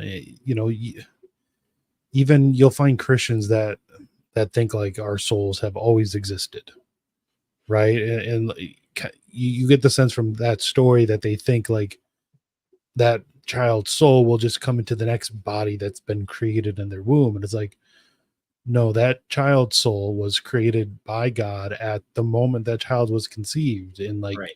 It doesn't, there's no do-over. Yeah. Like, yeah. I mean, like that's Gnostic dualism. but it's not in the way that we use it, where it's like, all right, well, what is a woman? Okay, like that's the most prevalent version of that. But it's Gnostic dualism, exactly how you said. They think the soul is going to come back, and that it's substantially different from the body in which it. Right. They completely divorce the material and spiritual worlds. Right. And it's, yeah. So not, I didn't mean to get it like that heavy, but it's still a problem, because it's what these shows are promoting. Mm-hmm. Like, and it's having real consequences, because like, what is it? Like, you get example, like, what is it? The Last Dragon. So it's a kid's movie, whatever in The Last Dragon. I can't remember. It's a Disney movie. And it's what is it? There's a point in the story where the protagonist goes, "Remind me not to have kids." Like that is explicitly stated in a Disney movie. Yeah. When she's looking at kids acting like kids. And it's like, what do you do? Like, that matters. Like, what you just said, what you allowed to say, like, that matters. Like, and it's weird, because Disney, like, they've shifted from being a family company to being, we're going to target 20 and 30 somethings, because that, like, they're not about promoting family anymore. Mm-mm. Or else they wouldn't be pushing policies that they're pushing. Like, which is weird. Like, I mean, like, because growing up, we didn't hear Disney being for or against any policies. It was just like, okay, well, here's the Lion Kings, and like the Nala's doing Doomy Eyes or whatever, and you're like, okay, like that's a little weird, but like besides that, the story's pretty good.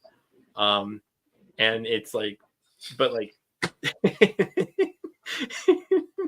the picture of that scene entered into my mind. Yeah, like, and you're right. Thinking about it now, it's really weird. Yeah. Why was that cat being so seductive in a cartoon for kids? Yeah. Oh, you've never heard that before? Not described like that. No. Okay, no. So I'm like, what is he talking about? And then that image popped in my head. I'm like, wow. Yeah. So excuse me. But yeah, so it's like you get some weird stuff like that, but then it's like, okay, well, they have like Pocahontas, but Mel Brooks is in it, right? Like, or I'm sorry, not Mel Brooks. Mel Gibson's in it, right? So he kind of balances the scales. Wait, Gibson's in Pocahontas? Yeah, he's John Smith. Huh, I did not know that. Yeah. But like he's like the good guy. And like they definitely, so like Pocahontas gets a bad, like, it's not the greatest thing, but they thought what was it? Disney thought Pocahontas was going to be better than Lion King.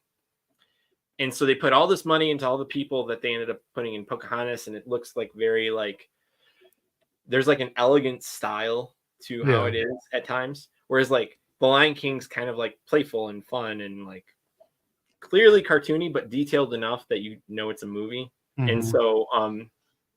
And so the Lion King ended up doing way better than Pocahontas, because Pocahontas did the whole like noble savage thing, and people didn't like that. And that was like the first PC exposure I had. I was like, well, but they like, do you know what a gauntlet is? Like, like a gauntlet is not a good thing. And like, I live in Michigan, and we have saints that went through gauntlets, and they were martyred. And so, you know, so it's like very like a big deal. Like in Michigan, I don't know how it is in Minnesota, but like in Michigan, they definitely in public school when I grew up, pushed the understanding of Native Americans, but it was in a way, like it was weird because it was in a like noble savage way. In our 8th grade Minnesota history class, we had to watch Dances with Wolves. How was that? I mean, at the time, I don't know. You just realize how much like propaganda you were fed as a kid, you know?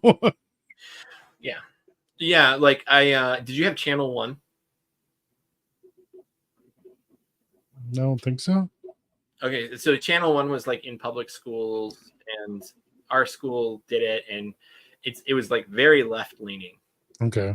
And it was like for 20 minutes a day, like some point, like you'd watch it, but you would get like money, like the school would get money for it. Okay. And so it was kind of weird because it was very left leaning, and it was just kind of like for the time. And it was like, why are we... more like kind of like NPR for kids almost. That's exactly how I would describe it. Okay. And so,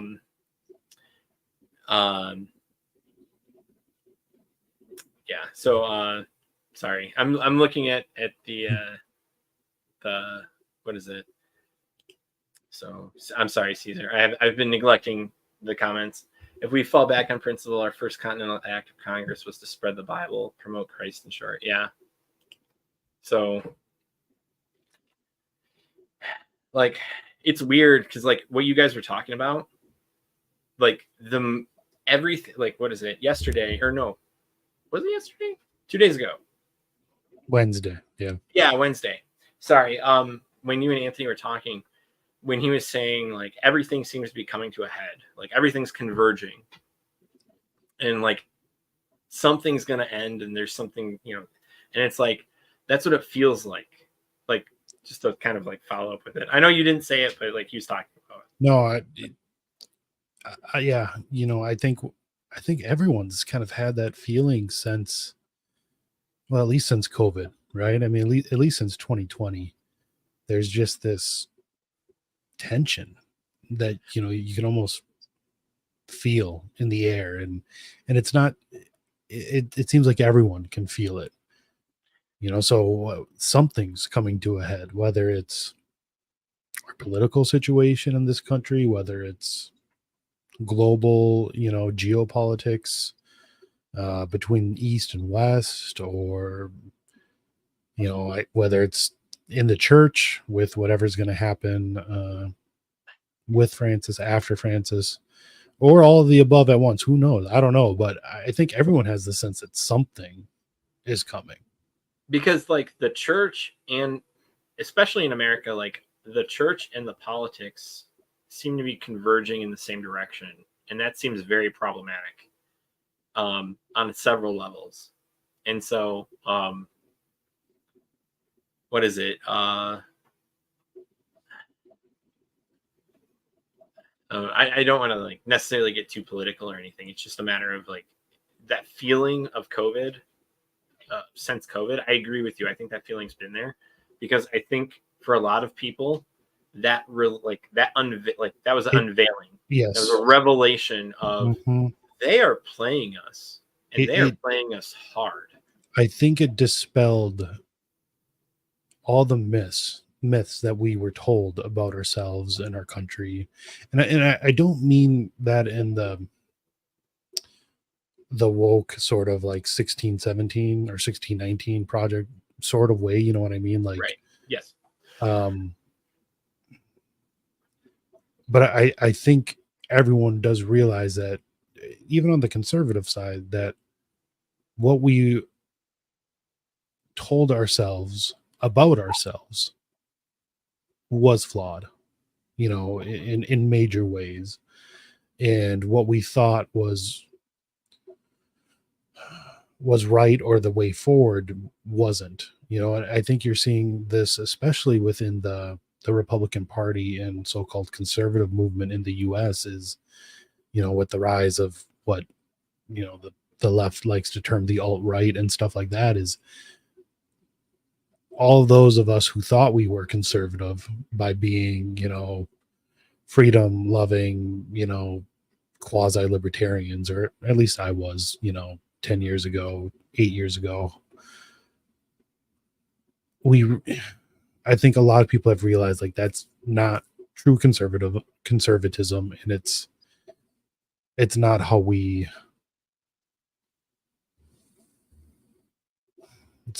want to live, or it's not how we get back to the world we want.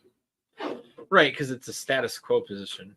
Mm-hmm. It's a because I never went libertarian. Like, I never went libertarian. It's funny to say. I never went libertarian because I was too hung up on, in a good way, on the pro-life issue.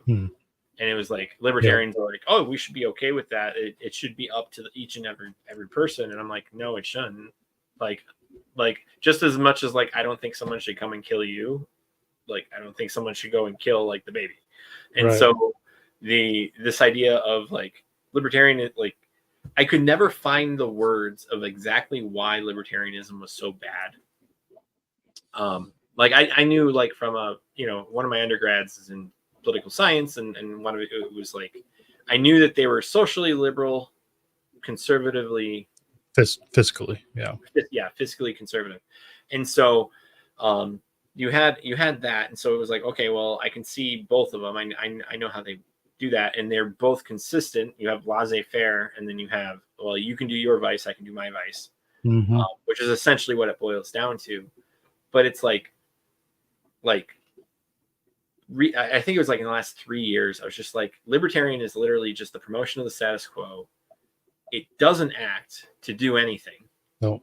It is incredibly defensive, and that is not going to move us anywhere, because fundamentally you need something to push back, and libertarianism does not push back. It just backs up. That's what it yeah, it really has no principles besides like leave me alone. That's not a principle. That's not something you can act on.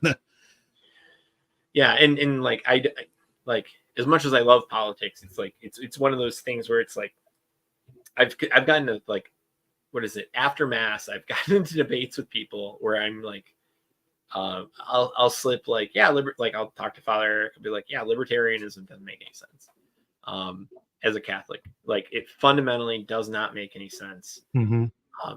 Prudentially, like, and so like I know there's a huge array of ways we can do it, but like libertarianism is not one of them, because it allows for, like, you'd have to basically make libertarianism not libertarianism for it to be Catholic. And so like that's what, and so people got mad at me and they're like, well, do you do this and do that? And I'm like, yeah, for those things, but like that's not a universal thing I apply to everything. Like it's like, I think schools, like there's ideas I have about schools. I don't want to necessarily get into it, but I used to be I don't know if you knew this, but like I used to be a trustee here in Michigan. No, I didn't know that. On a school board. And so my kids go to private school. They go to a private Catholic school, but it's like, but like even those, like you have to check, you have to make sure. Yeah, you do. You can't just be like, oh, I'm just going to send them to the private school and it's going to be great. And it's like, yeah, like, I mean, that's what our grandparents' generation did with our parents' generation. That's totally true. All five, at least in Catholic families, right? Like my dad or my grandfather was like Anthony. He was a construction worker, and well, hopefully not exactly like Anthony. Well, he wasn't Italian. Okay, good.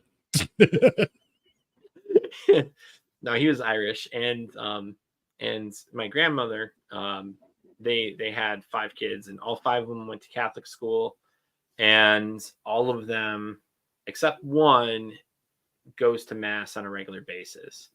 The one that goes to mass on a regular basis has some serious issues with other things, and so like the schooling that they got, and that's, I said this in another video, but like it's like they didn't have apologetics. Yeah. Like apologetics was dropped in the catechesis, and it's like, if you don't know how to defend yourself, you're just going to take whatever, because you're just like, okay, well, I don't want to confront you because that causes a division, and division is bad.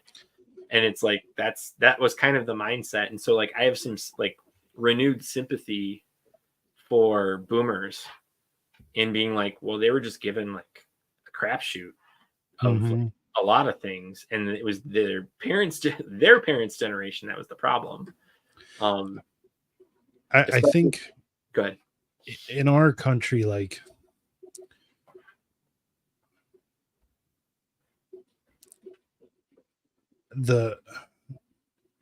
up until like our parents' generation, for the 150 years before that, there was always another wave of new Catholic immigrants that could that would come into the country as Catholics in their faith and would kind of renew Catholicism in the country until they assimilated. Yep. Then they would assimilate, go along to get along, didn't want to cause division, just wanted to live the American dream, right? But then another wave of immigration would come in, whether it's from Italy, Ireland, Poland. Poland, For us over here. Croatia, a lot of Croatian Catholics where I grew up. Yeah, we actually have a Croatian parish here. Okay, yeah.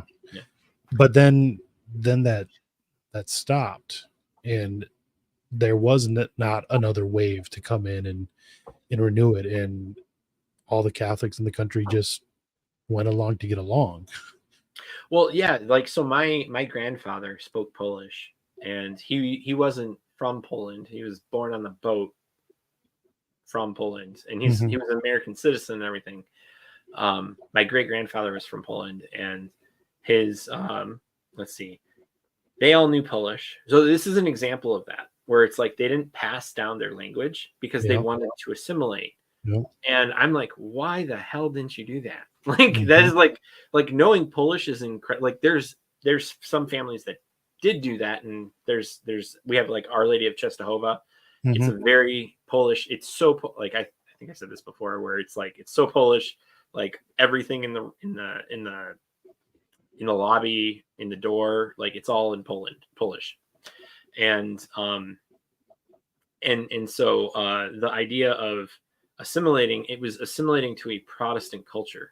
Like, that was the thing. And so people are wondering, like, how did this happen? Well, it's like they weren't assimilating to a Catholic culture, they were assimilating to a Protestant culture. And it's like very interesting because I'm surrounded by Chaldeans in where I live. And so the Chaldeans come here, and they came here in several different waves. They come from Iraq, and almost entirely out of persecution from the Muslims. And so they what is it? They're having first, second, and third generations now. And my good friends, I have a really good friend who's Chaldean, and it's kind of crazy because, like, they have some of that, but because they're right, like, they're literally their liturgical rite, and all of the culture really does spring from their rite. Like, it's held together from it, and it's very firm. And so you have like Chaldeans in California. That's another big place for Chaldeans, but they're primarily in here in Michigan. This is where they're one of their two bishops that are in America. And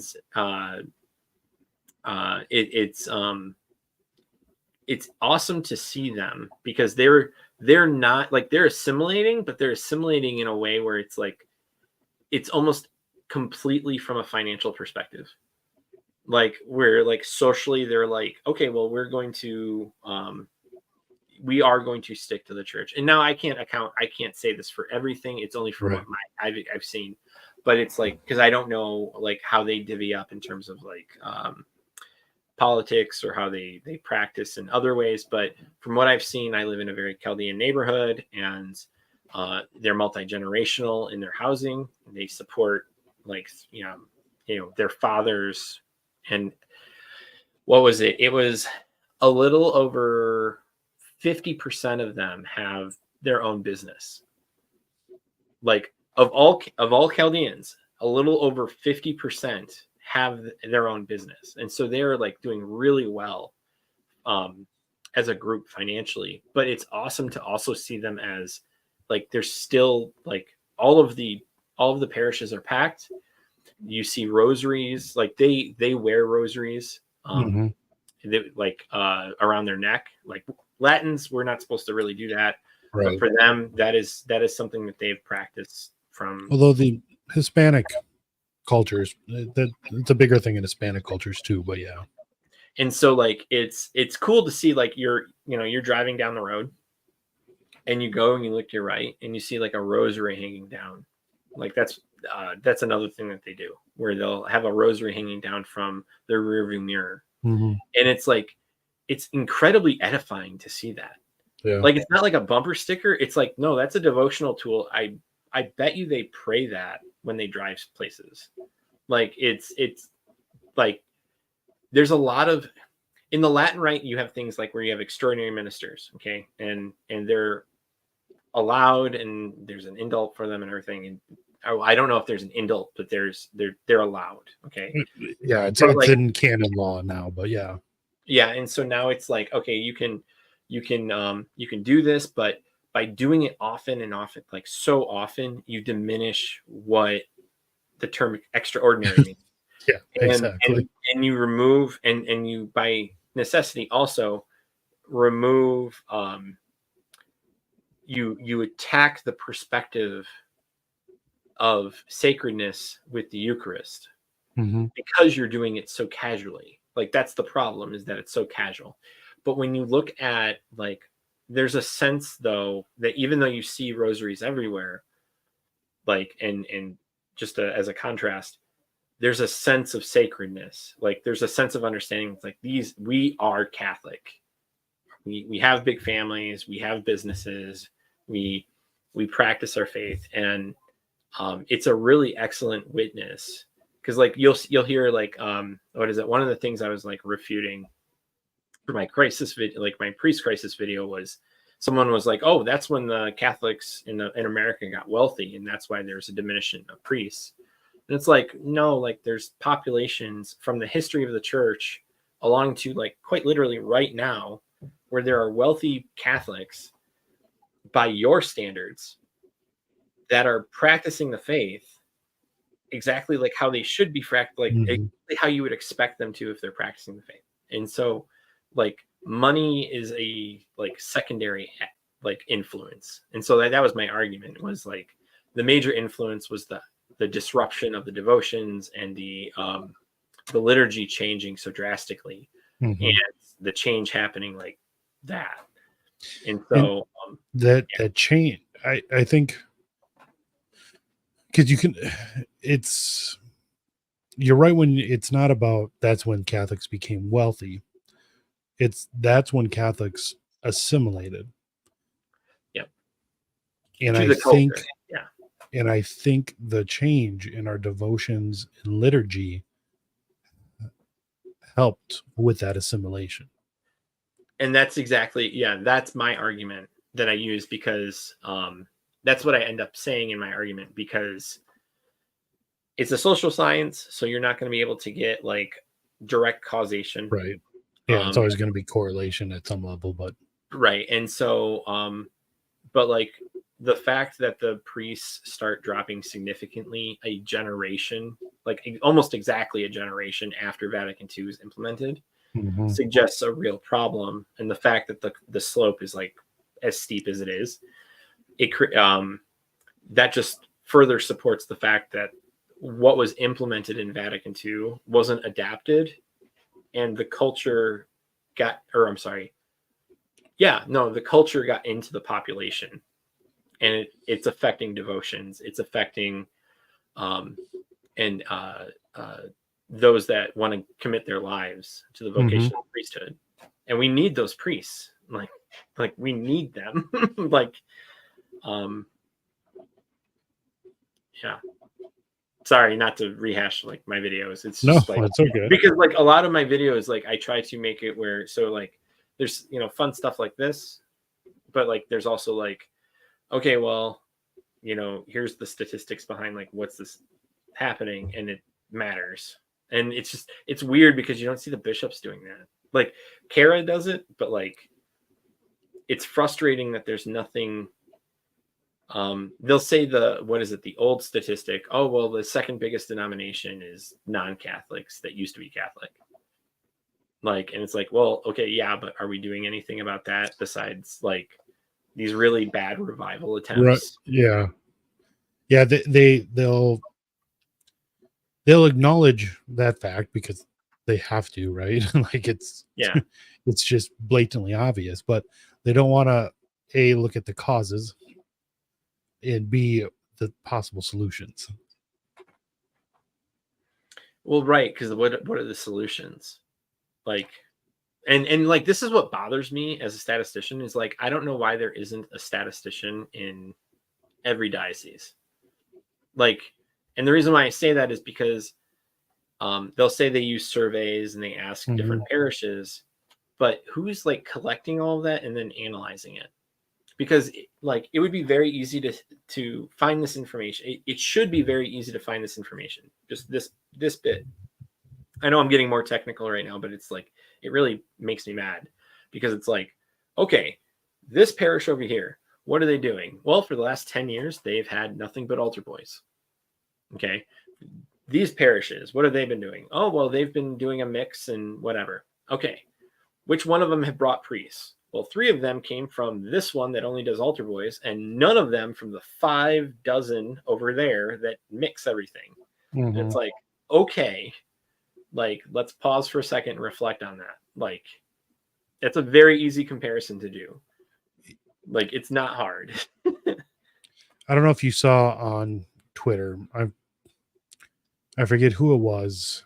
I want to say it was someone that I at least would call a left cath, right?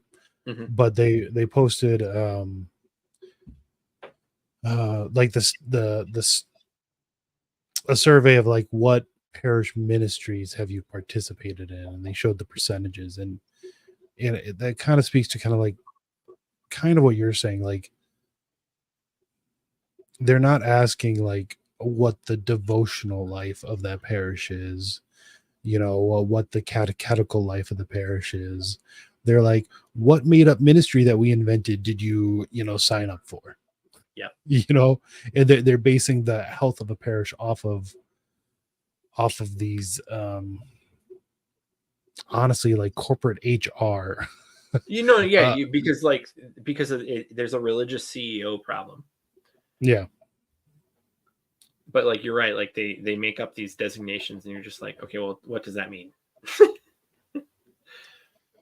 So Mark, let's see. I think it's rough because if you're a bishop, especially for a while, you need to realize that you may be part of the problem and also go beyond your own thoughts on that subject. Right, which is why humility is a great virtue. I know that's easy to say. It's really easy for me to say because I'm not the one in charge of that, right? Like, I don't have the ownership that the bishop has.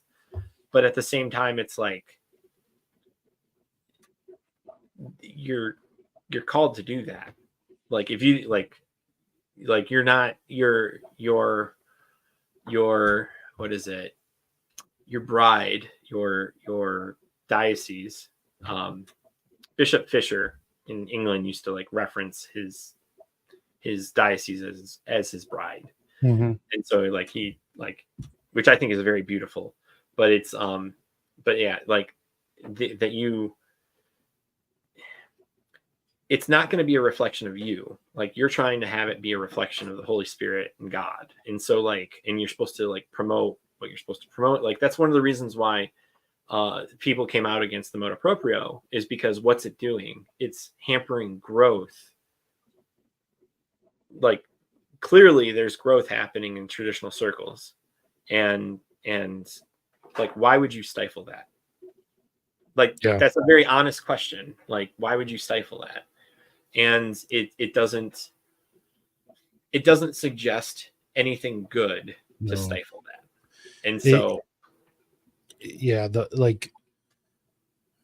what it suggests is something that as a Catholic you really don't want to believe, right? Because it suggests that they're purposefully trying to kill that growth, or because what else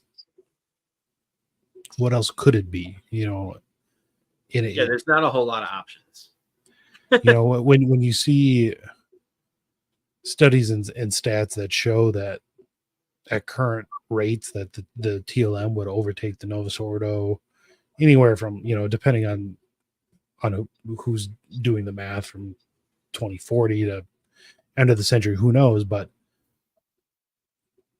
it looks like they're trying to prevent that. And why would they do that? And like I said, as a Catholic, you don't want to,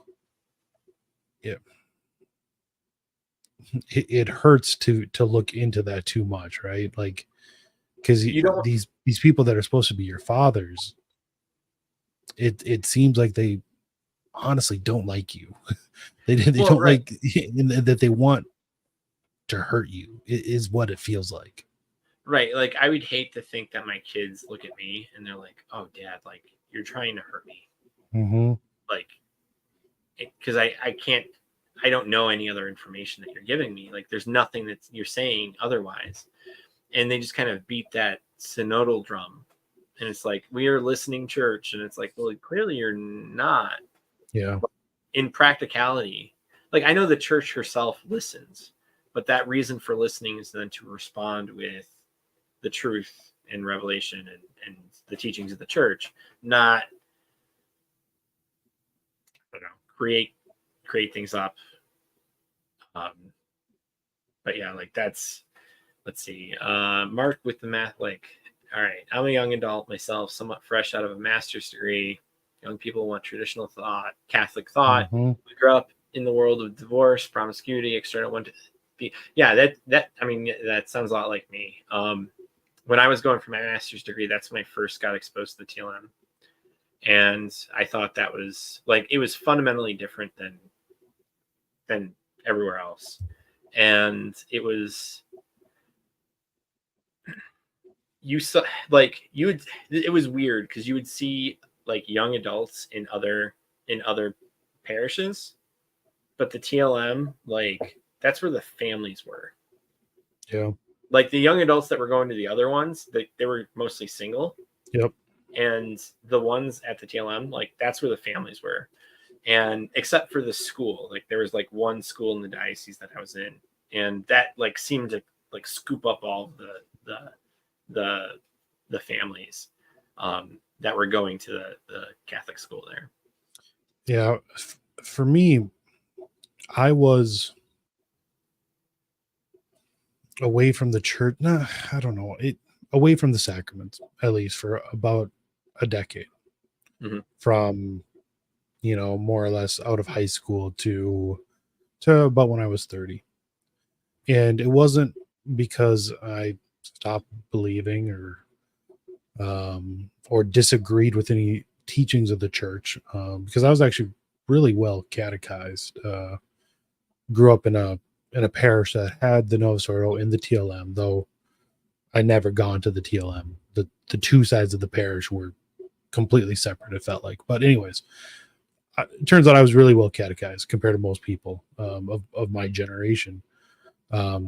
Before you go on, were you suggested to become a priest? All the time. Yeah, All the time. because like for me, it was like, hey, basic Catholic stuff. You should be a priest. And it's like, exactly. I'm literally just going like, go to mass on Sunday. Like that's what like it's just like, I mean, you should definitely discern, but it's like I'm very much against the idea that you just push people into the priesthood, like your kids into the priesthood. Yeah. But like it's the idea of like, and was it always the older women? Yes. It was always the 100%. older women.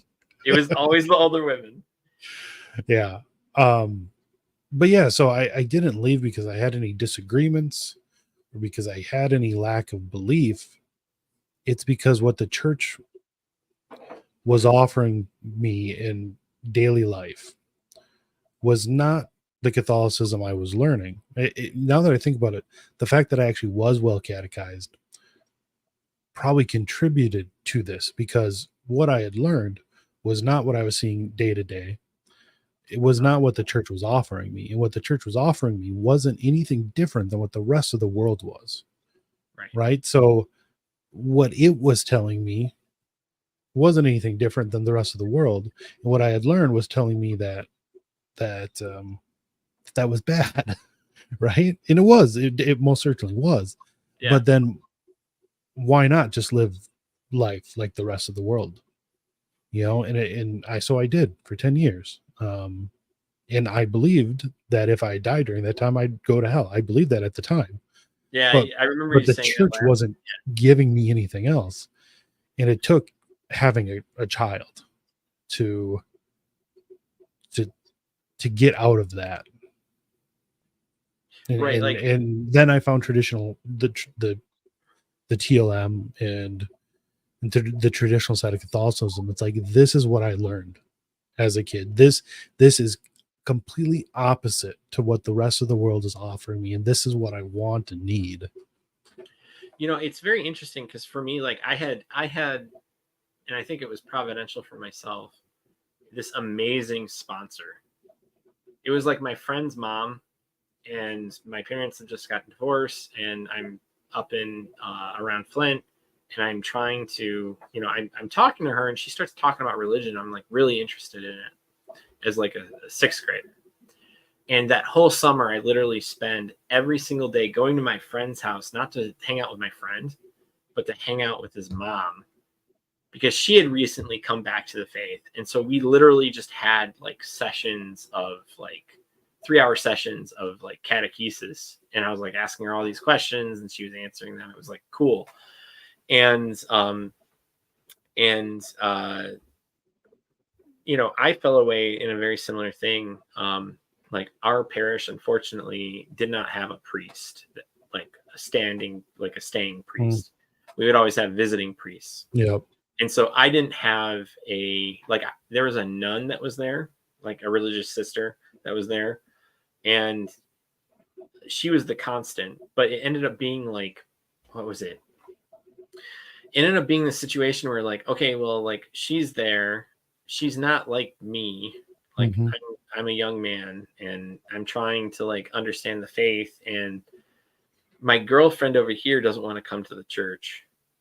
And so like I didn't have a father figure to say, like, to kick me in the pants and be like, hey, like that's just a girl, and like this is God, like you need to stay here. And so it wasn't until I was in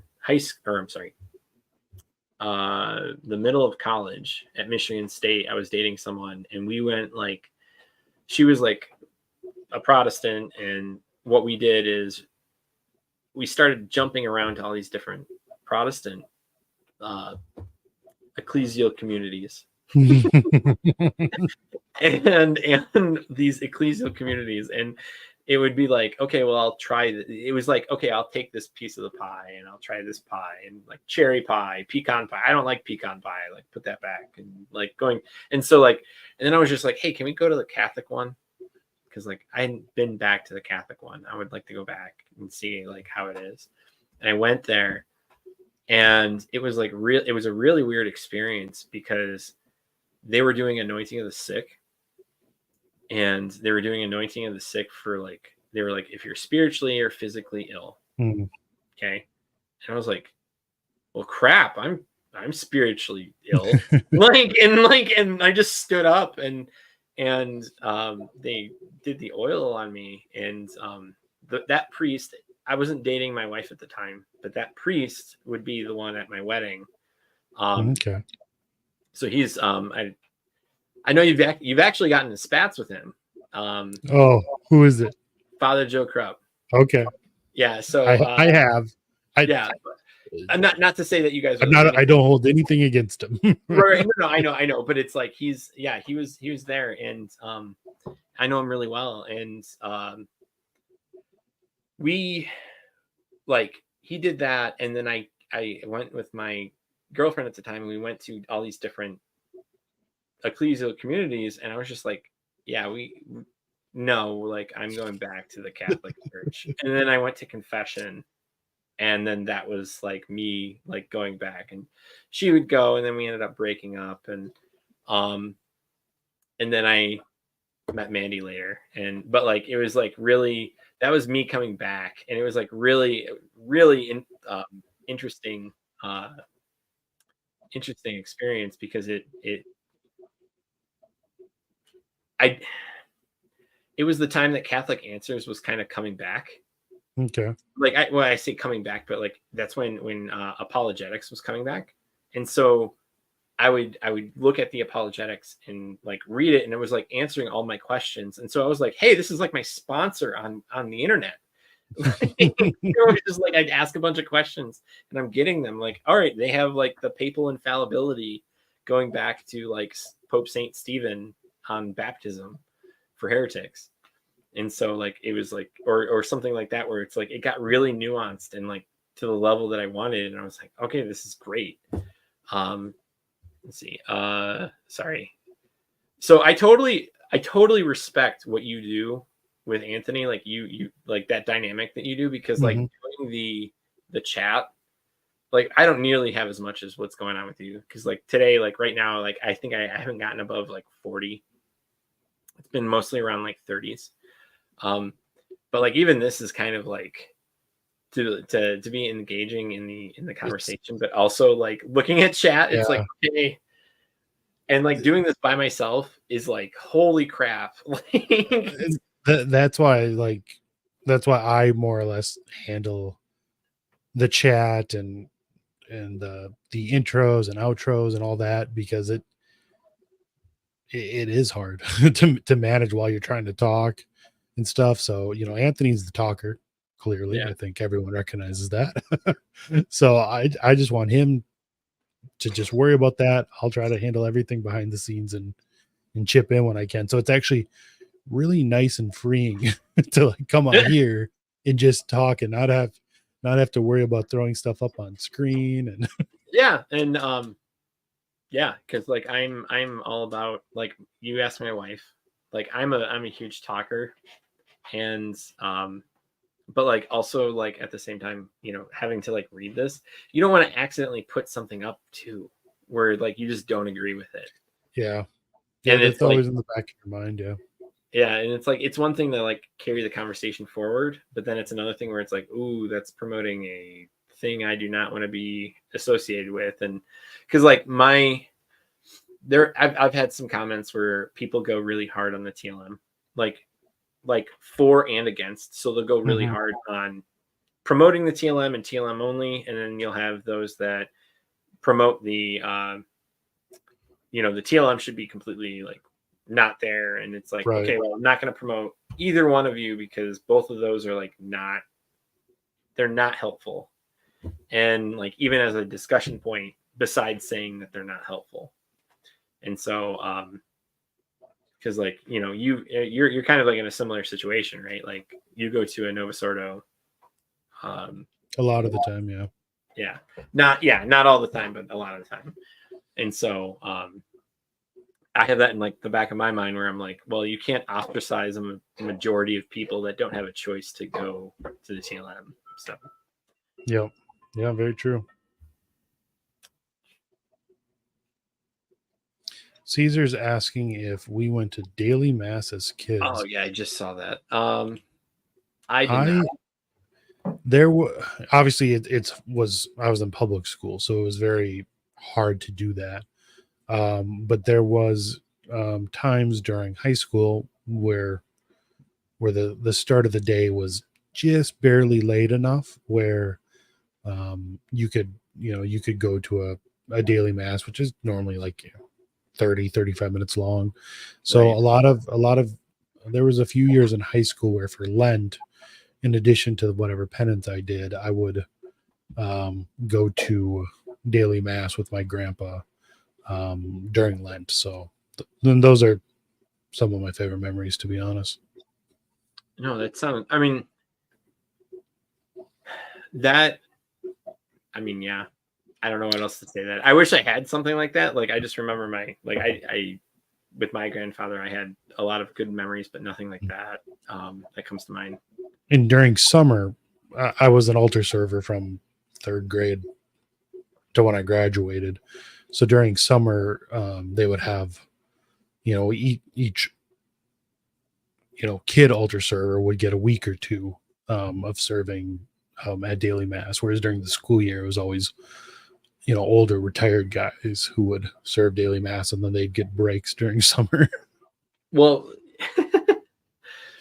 so that's very interesting because I didn't see what is it? It wasn't until I went to St. Mary's in Kalamazoo that I saw adult helpers, like adult altar servers.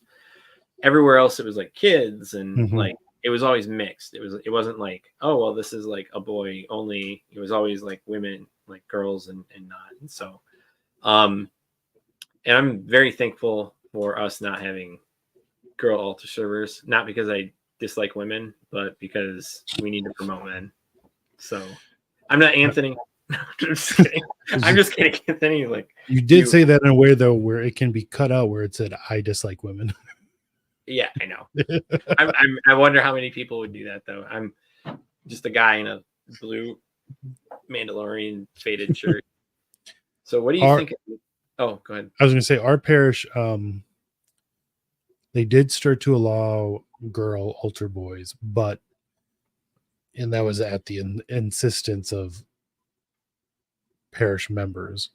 But the old nun that was in charge of the altar servers made sure to never allow girl altar boys and boy altar boys to serve together. And the girl altar boys always had to wear just like a white alb, right?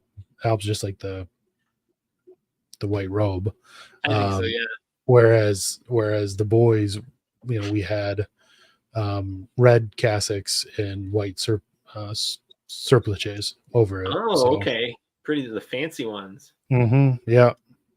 Well, once again, it was because the parish was an old, one of the old adult TLMs too. So, and that's why we had older men who were altar servers too, because they were also the TLM altar servers. Right. This was before Samorum, so there was not, the TLM crowd was older than most TLM crowds are right now. So yeah, which is something you don't really hear about. But that's I liked it. I was laughing at you saying the girl altar boys. I always make a conscious decision to call them girl altar boys.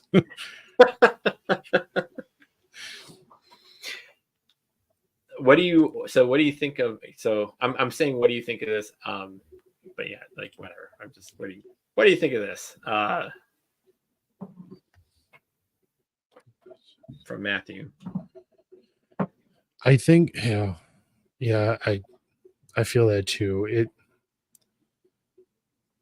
As someone who's kind of in the middle, right? Like I tend to get it from both sides. You'll be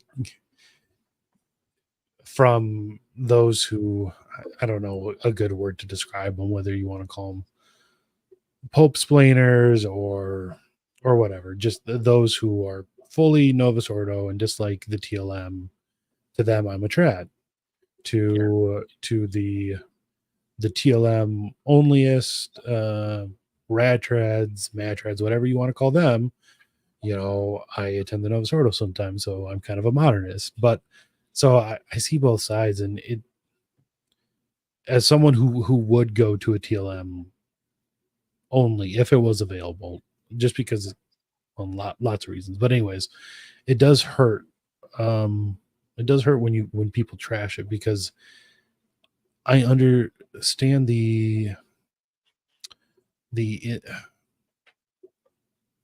you'll hear a lot about the attitude of so-called trads, right?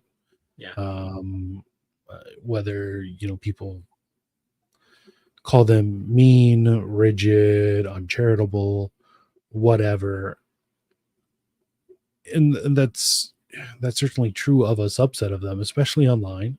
But yeah, that's what we talked about our last right space. Yeah, but you find that same sort of subset in any community, especially online.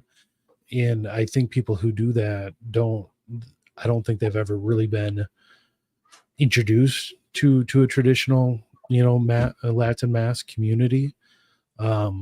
Because I can tell you, as someone who is in both worlds and has seen both worlds, when we were first getting into the traditional Mass, traditional community, traditional Catholicism, I'll tell you that there was a lot more charity extended to us as we were, as my wife was starting to veil, as we were learning, about, I don't want to say rubrics, because the laity doesn't really have rubrics in the TLM, but you know what I mean, about how to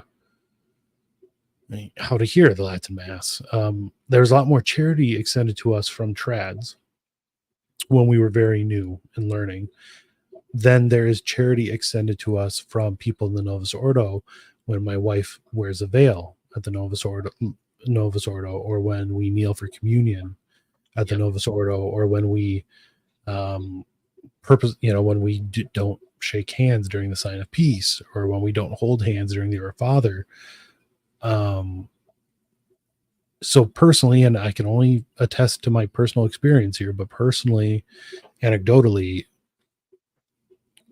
I have found the traditional communities to largely be more charitable, more friendly, more supportive than many Novus Ordo communities. And I'm not saying that every Novus Ordo community is like that, because I grew up in a great one. But at the same time, I now recognize that the divide in that parish that I grew up in between the Novus Ordo side and the TLM side, looking at it now, I really do believe was largely caused by the Novus Ordo side. So yeah, like I agree with you, because like that video, so I have a video on my Twitter where I it's pinned, it's the "Why do you veil at Mass?" And it's women, there's 5 women who explain their answer.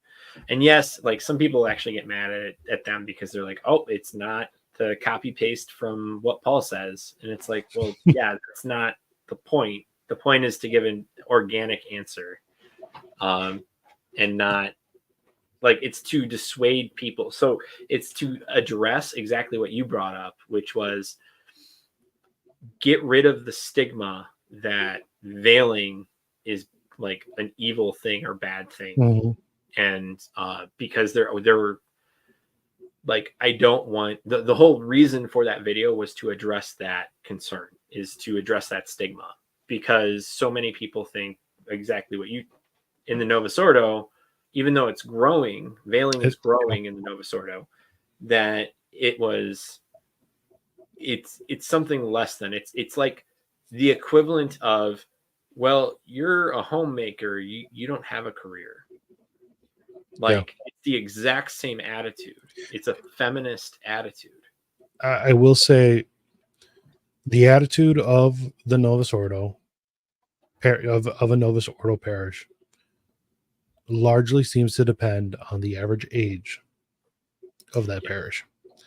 And my wife has said that it seems like when you veil at a demographically older Novus Ordo parish, that those women feel like that you wearing a veil is a judgment upon them and the choices they made throughout their life.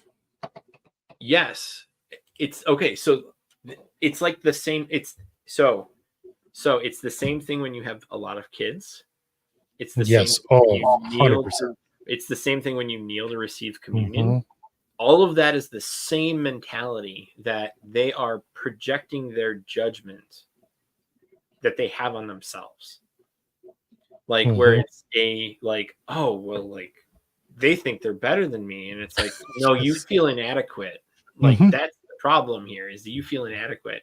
Like that video, and I know I bring it up like every so often, and I don't try to just do it to like get attention. I do it because me and my pastor did it to promote the understanding of particles, right? The particles video. Yeah. And it's, and I'll show that to people. So it has the catechism. It explains the indult. It doesn't go against church teaching at all, but you're showing like, okay, well, here's the result of, like, on the hand and in the tongue.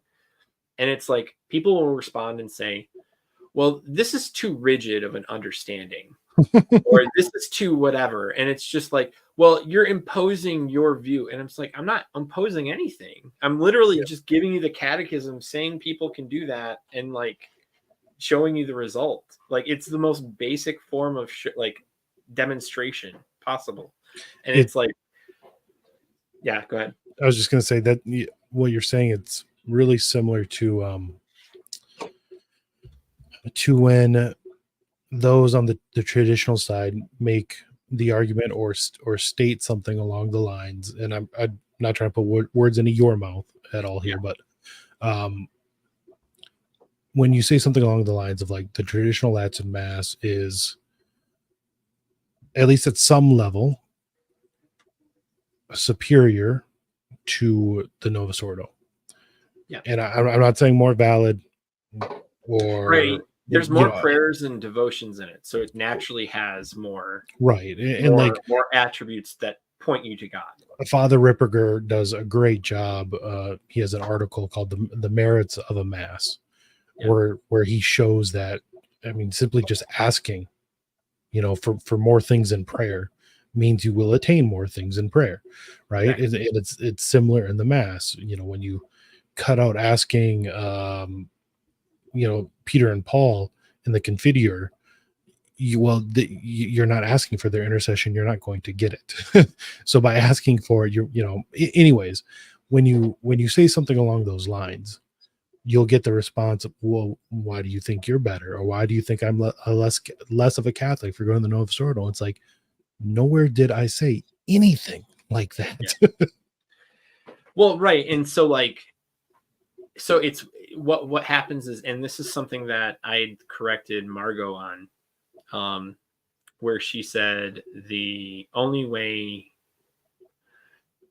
it's the TLM or nothing, or the TLM. So I'm sorry, the Novus Ordo is not enough. The TLM is, and it's like, she said it in a very open statement. And I was like, okay, like you need to like correct this or do something, because like, this is like way too specific. Like it's way too open. And like, we understand, like, I totally understand the idea of what is it. And she ended up doing that. She corrected it, and she made a very good, like, she pointed it, like, it was way clearer what she was meaning. And it was like, cool, like, that's great. Because like, I am very big on this whole, like, the NO cannot go to, like, people who are the NO should not go to the people who go to the TLM and like talk down to them, and vice versa. Because right now there's a lot of animosity, and there's a lot of hostility, and there's a lot of tension because of what could happen on July 16th. Yeah. And so like, the last thing we need is people saying TLM only, or leave the past in the past, or like, there's a whole bunch of it. And it's just like, shut up, just go to Mass right now. I advise, like, and like, I advise people, like, I'm like, hey, like, you should probably go to the TLM like ASAP, like as soon as you can, because that might not be there. But like, you have to be level-headed now, because like the last thing you want to be is extreme. Not to say, like, again, like, I agree with you. I think the TLM has more prayers, and because it has more prayers, it has more benefits in it. But it's like, it's so like, the polarization with that is mimicking the polarization politically. And part of that because of how we use the same language, but it's also because like the people are in, like, those that are influenced on the left very much, like, and I mean it like that, like, those that are influenced on the left are influenced heavily from the culture, and they're trying to bring that into the church. And for a huge part, like, modernism, the heresy itself, like, that's what those that go to the TLM, like, that they want to avoid that. In fact, that may be like the primary reason why, like what you stated, very similar to what you stated, where that's the primary reason where they went to the TLM, because they don't want that heresy. And they have kids, and they don't want their kids to like grow up in that heresy. Because like, I asked Anthony Stein, like, what he would do, like, just as an example. And, he doubled down saying he wants to bring his kids to the TLM. And like, I don't fault him for that. Like, you know what I mean? Like, if to go to great lengths to go to the TLM, because that's his prerogative as a parent. Like, that's what you should, like, that is the type of mentality you should have.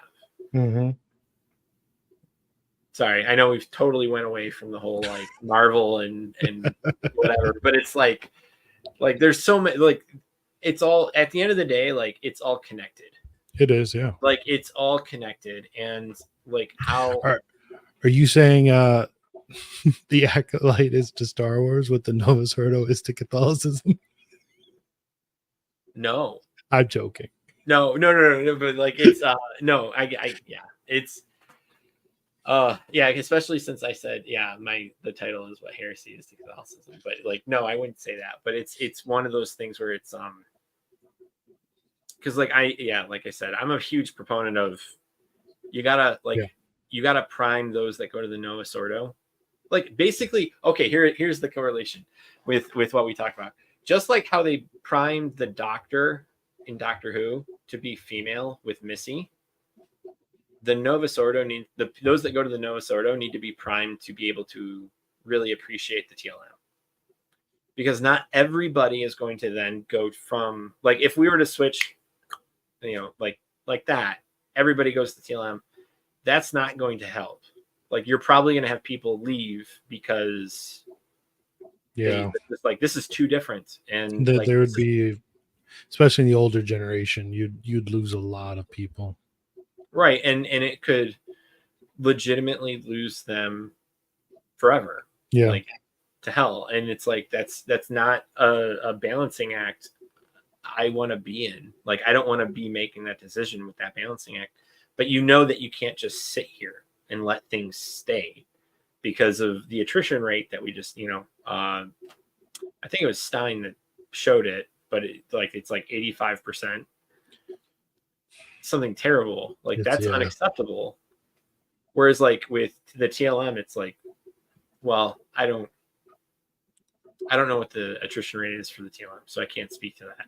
But it's definitely not a silver bullet, and right. I don't think we should act that way. But any numbers I've seen are significantly higher, So, right. If only 15% of kids in the Novus Ordo stay Catholic,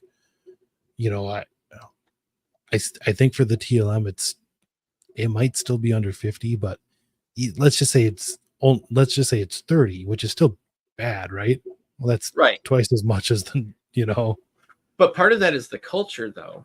Yeah. Because like right now it's like very countercultural, even in the Catholic space. So the conversation has continuity according to Caesar, so that's good. So that's good. But like, yeah, like even within the culture space, like the TLM, like they have to fight off those that are just going to the NO because they have people down their throat about it, like we just discussed. And so there's a guy I met at the TLM that I went to at St. Mary's in Kalamazoo, where he said his son ended up becoming an atheist. And he became an atheist because his dad would constantly, on the ride home, clarify the corrections that the priest would say and do. And it's like you create this internal conflict. Like, not all parishes are the same. Not all homilies are the same. And as a parent, you have to, like, that's why it took us, like, I posted something where I think it was Mark, he said he had been to 1/3 of the parishes. And the TLM is the most the TLM parishes in the Archdiocese of Detroit are the most welcoming. And like, for me, I had like a similar experience where like we were looking for a parish for like 9 months. Like 9 months, like switching parishes and going and checking things out, because I knew that if like, all right, we need to have a priest that isn't going to like talk about heresy. And then like I freaking go to one that like, I go to one that holds up Martin Luther as a good Christian. And I'm just like, are you kidding me? Like, I'm not going to tell the parish. I'm not going to say the parish because it's like in my head. I want to say it so badly, but I'm not going to say it because I don't know if the priest is there still. So I'm not going to give the name, but like, it was like crazy to me. I'm like, like, this is not what I want my kids to hear, because he is not a good example of a Christian follower, because he literally fractured like Christendom. Like, what are you talking about? Yeah. Not to mention sex trafficking of of nuns, but oh really? He did a Rupnik? It was probably more consensual on the nuns' parts in his case, probably. But yeah.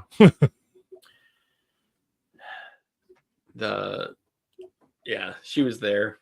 It was like the day after one of those, there was some sort of national situation that happened that got a lot of violence that happened that got a lot of publicity. And so he was referencing that, but then also referencing the Martin Luther. It was really weird. It was.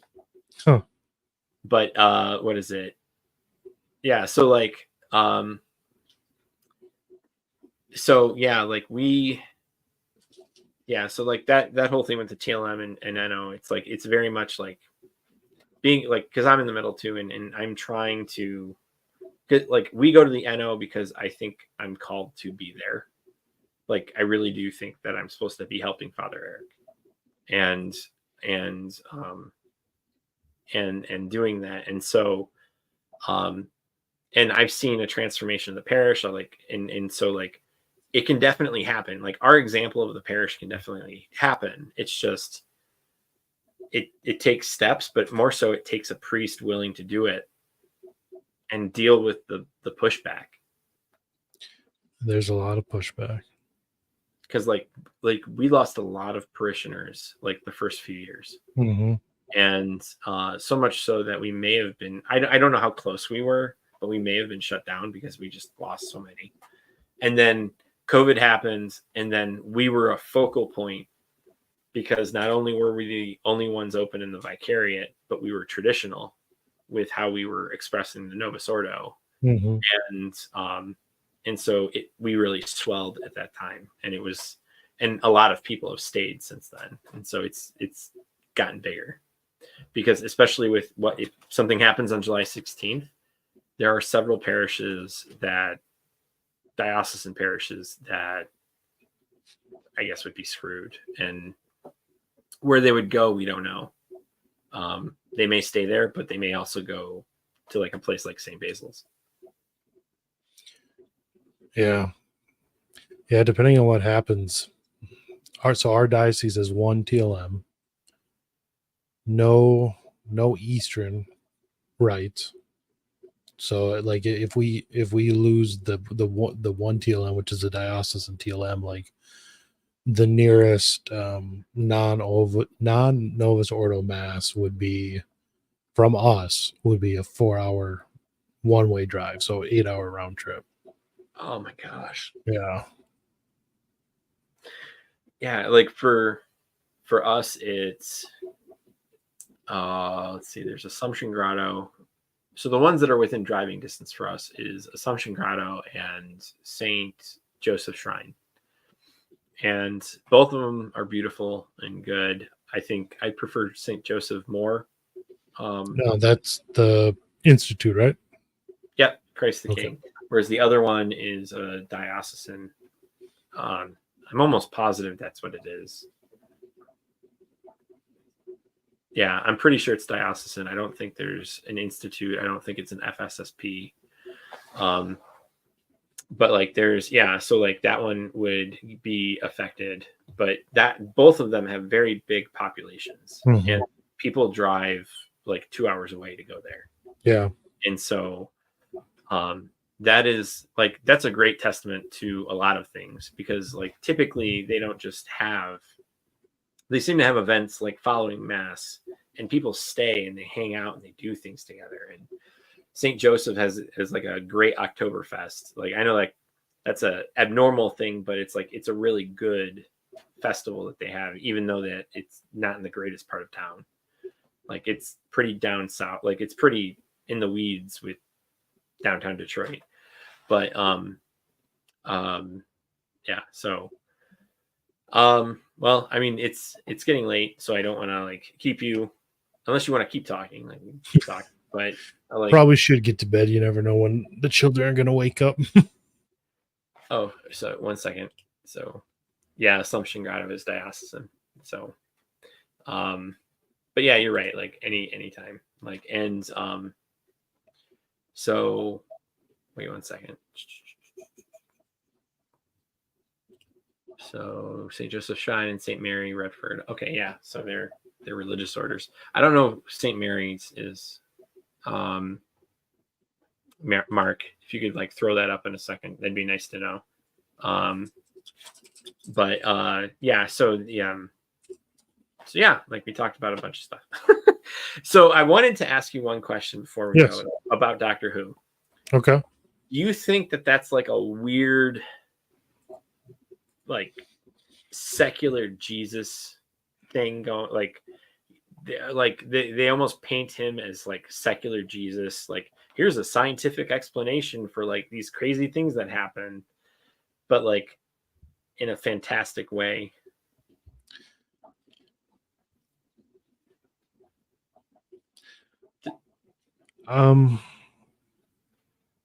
I could see where maybe someone would see it that way. But for me, what I always liked about Doctor Who, up until whenever I stopped watching it, but um, especially with like Tennant seemed to really capture it the most, and Matt Smith to some sense too. But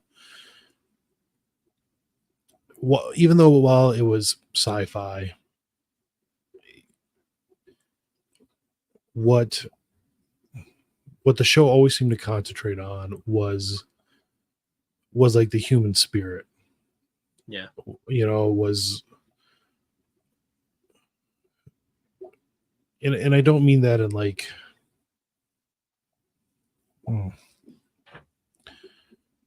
it, it's very hard to explain. Like,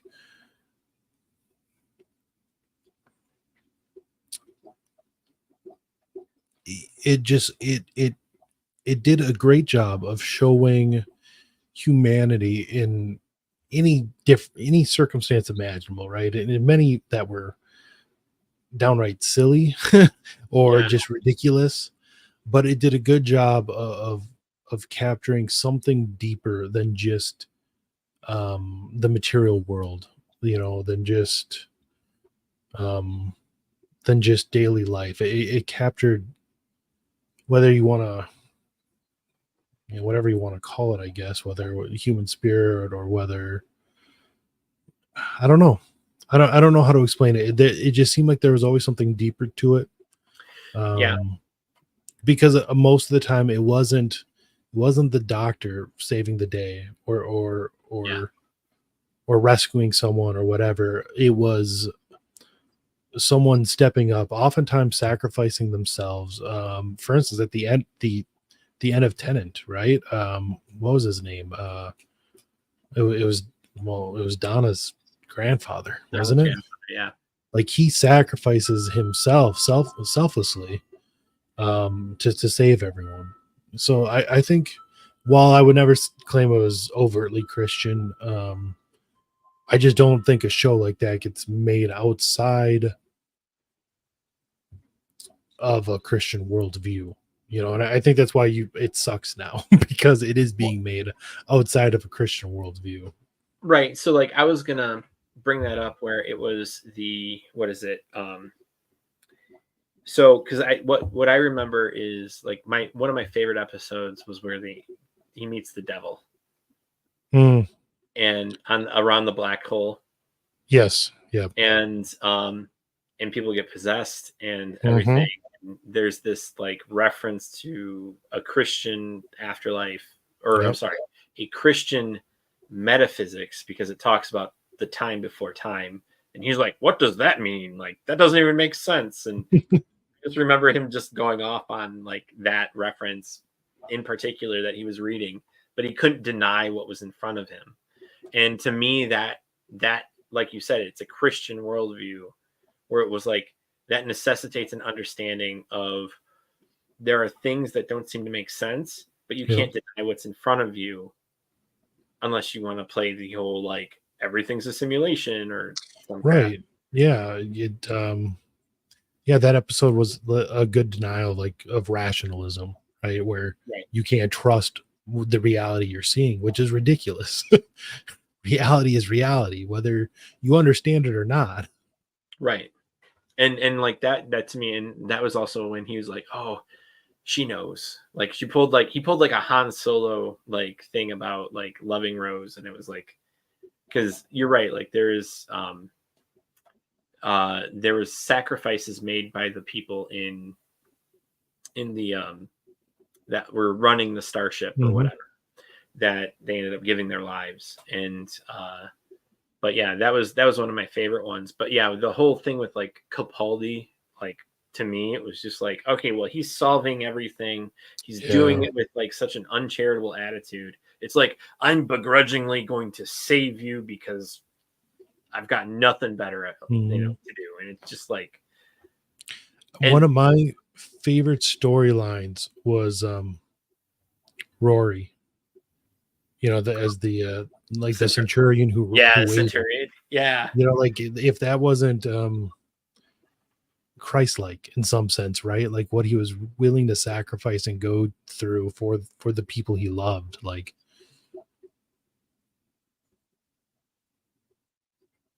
right. And like, and it's they clearly play off that, but in the same season, like Matt Smith, like as the Doctor, they meet like the Church of England in the future, and the Church of England is taking on some sort of like weird like ideas, and he like puts them down right there, and I'm just like, that's really like, you are owned by the BBC. This is like a really weird thing to see, because this is your like theocratic like, you have a theocracy, guys. Like, this is weird that you're hating on your own religion. And well, that's kind of what Anglicans do, though. well, they have the head of St. Thomas More, and they're like, he's a saint. And it's Oh, like, that's really, yeah. he do you know why he died? Do you know anything about your history?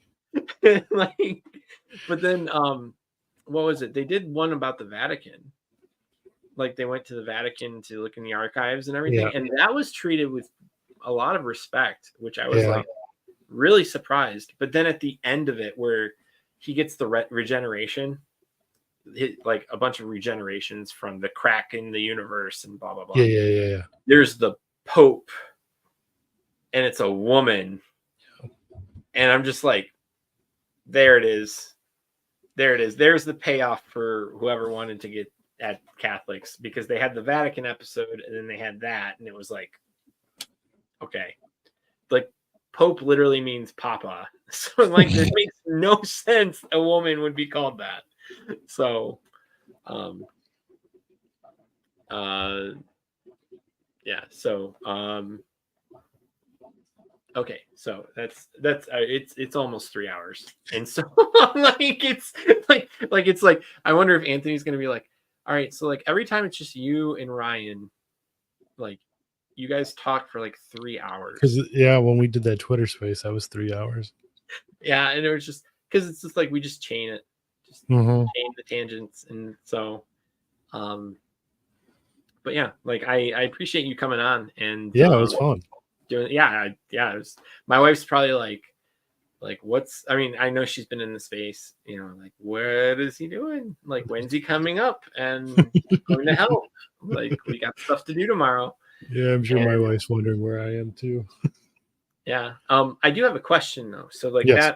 that and I always do this, but that Mary that's on the left-hand side, not Our Lady of Guadalupe. Yeah. That one. Yeah. Which one is that? Fatima. Fatima. Okay. She's missing her crown. Okay. I don't know where the crown is. It got lost. Oh, okay. I mean, that happens. Like, yeah. my wife will go to, she goes to Salvation Army a lot because she likes to buy cheap stuff, like that are good. That's good. And she calls them, she saves Marys. Yeah. And so we have like in our room, we have 13 images of Mary.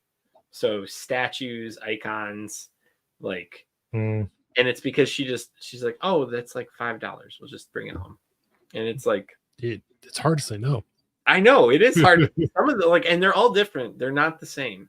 They're just especially from quasi-Christian organizations like the Salvation Army. Oh my gosh. Like, I've tried to explain that to someone, and like, I'm like, some of them get baptized, some of them don't. And it's like quasi-Christian is like the most accurate way of explaining that. Right. Because, like, there's no way. Like, you have to. I forget where they branched off of, whether it was Seventh-day Adventist or Christian Scientist, but they're so close to like that and like JWs, they're, yeah. it's amazing that they've been so prolific in like the like donation area, The like St. stupid Vincent bell de Paul. ringing. What? Everyone loves the bell ringing at Christmas. I don't know why St. Vincent de Paul is so far behind. Like it's Yeah. really. Well, never mind. I'm sure we don't want to get into that. Yeah, we're about to hit 3 hours. So, okay, yeah, we'll go. So yeah, so everybody, thank you for if you stuck it out the whole 3 hours. Like I hope you went to the bathroom sometime. Because we didn't. Yeah, we didn't. I just so I can't say anything, but I wanted to show this. This is my daughter's Oh yeah, yeah. her first meme that she ever did, and I was like, I'm gonna make it into a cup. And so I did, and you can see it below if you want to also get my daughter's first meme. So besides that little pinch, yeah, so thank you for coming on, Rob, and yeah, everybody, thank you. I know it's late now, so thank you for joining us in this conversation, and I'll see you guys next week. See you, everyone.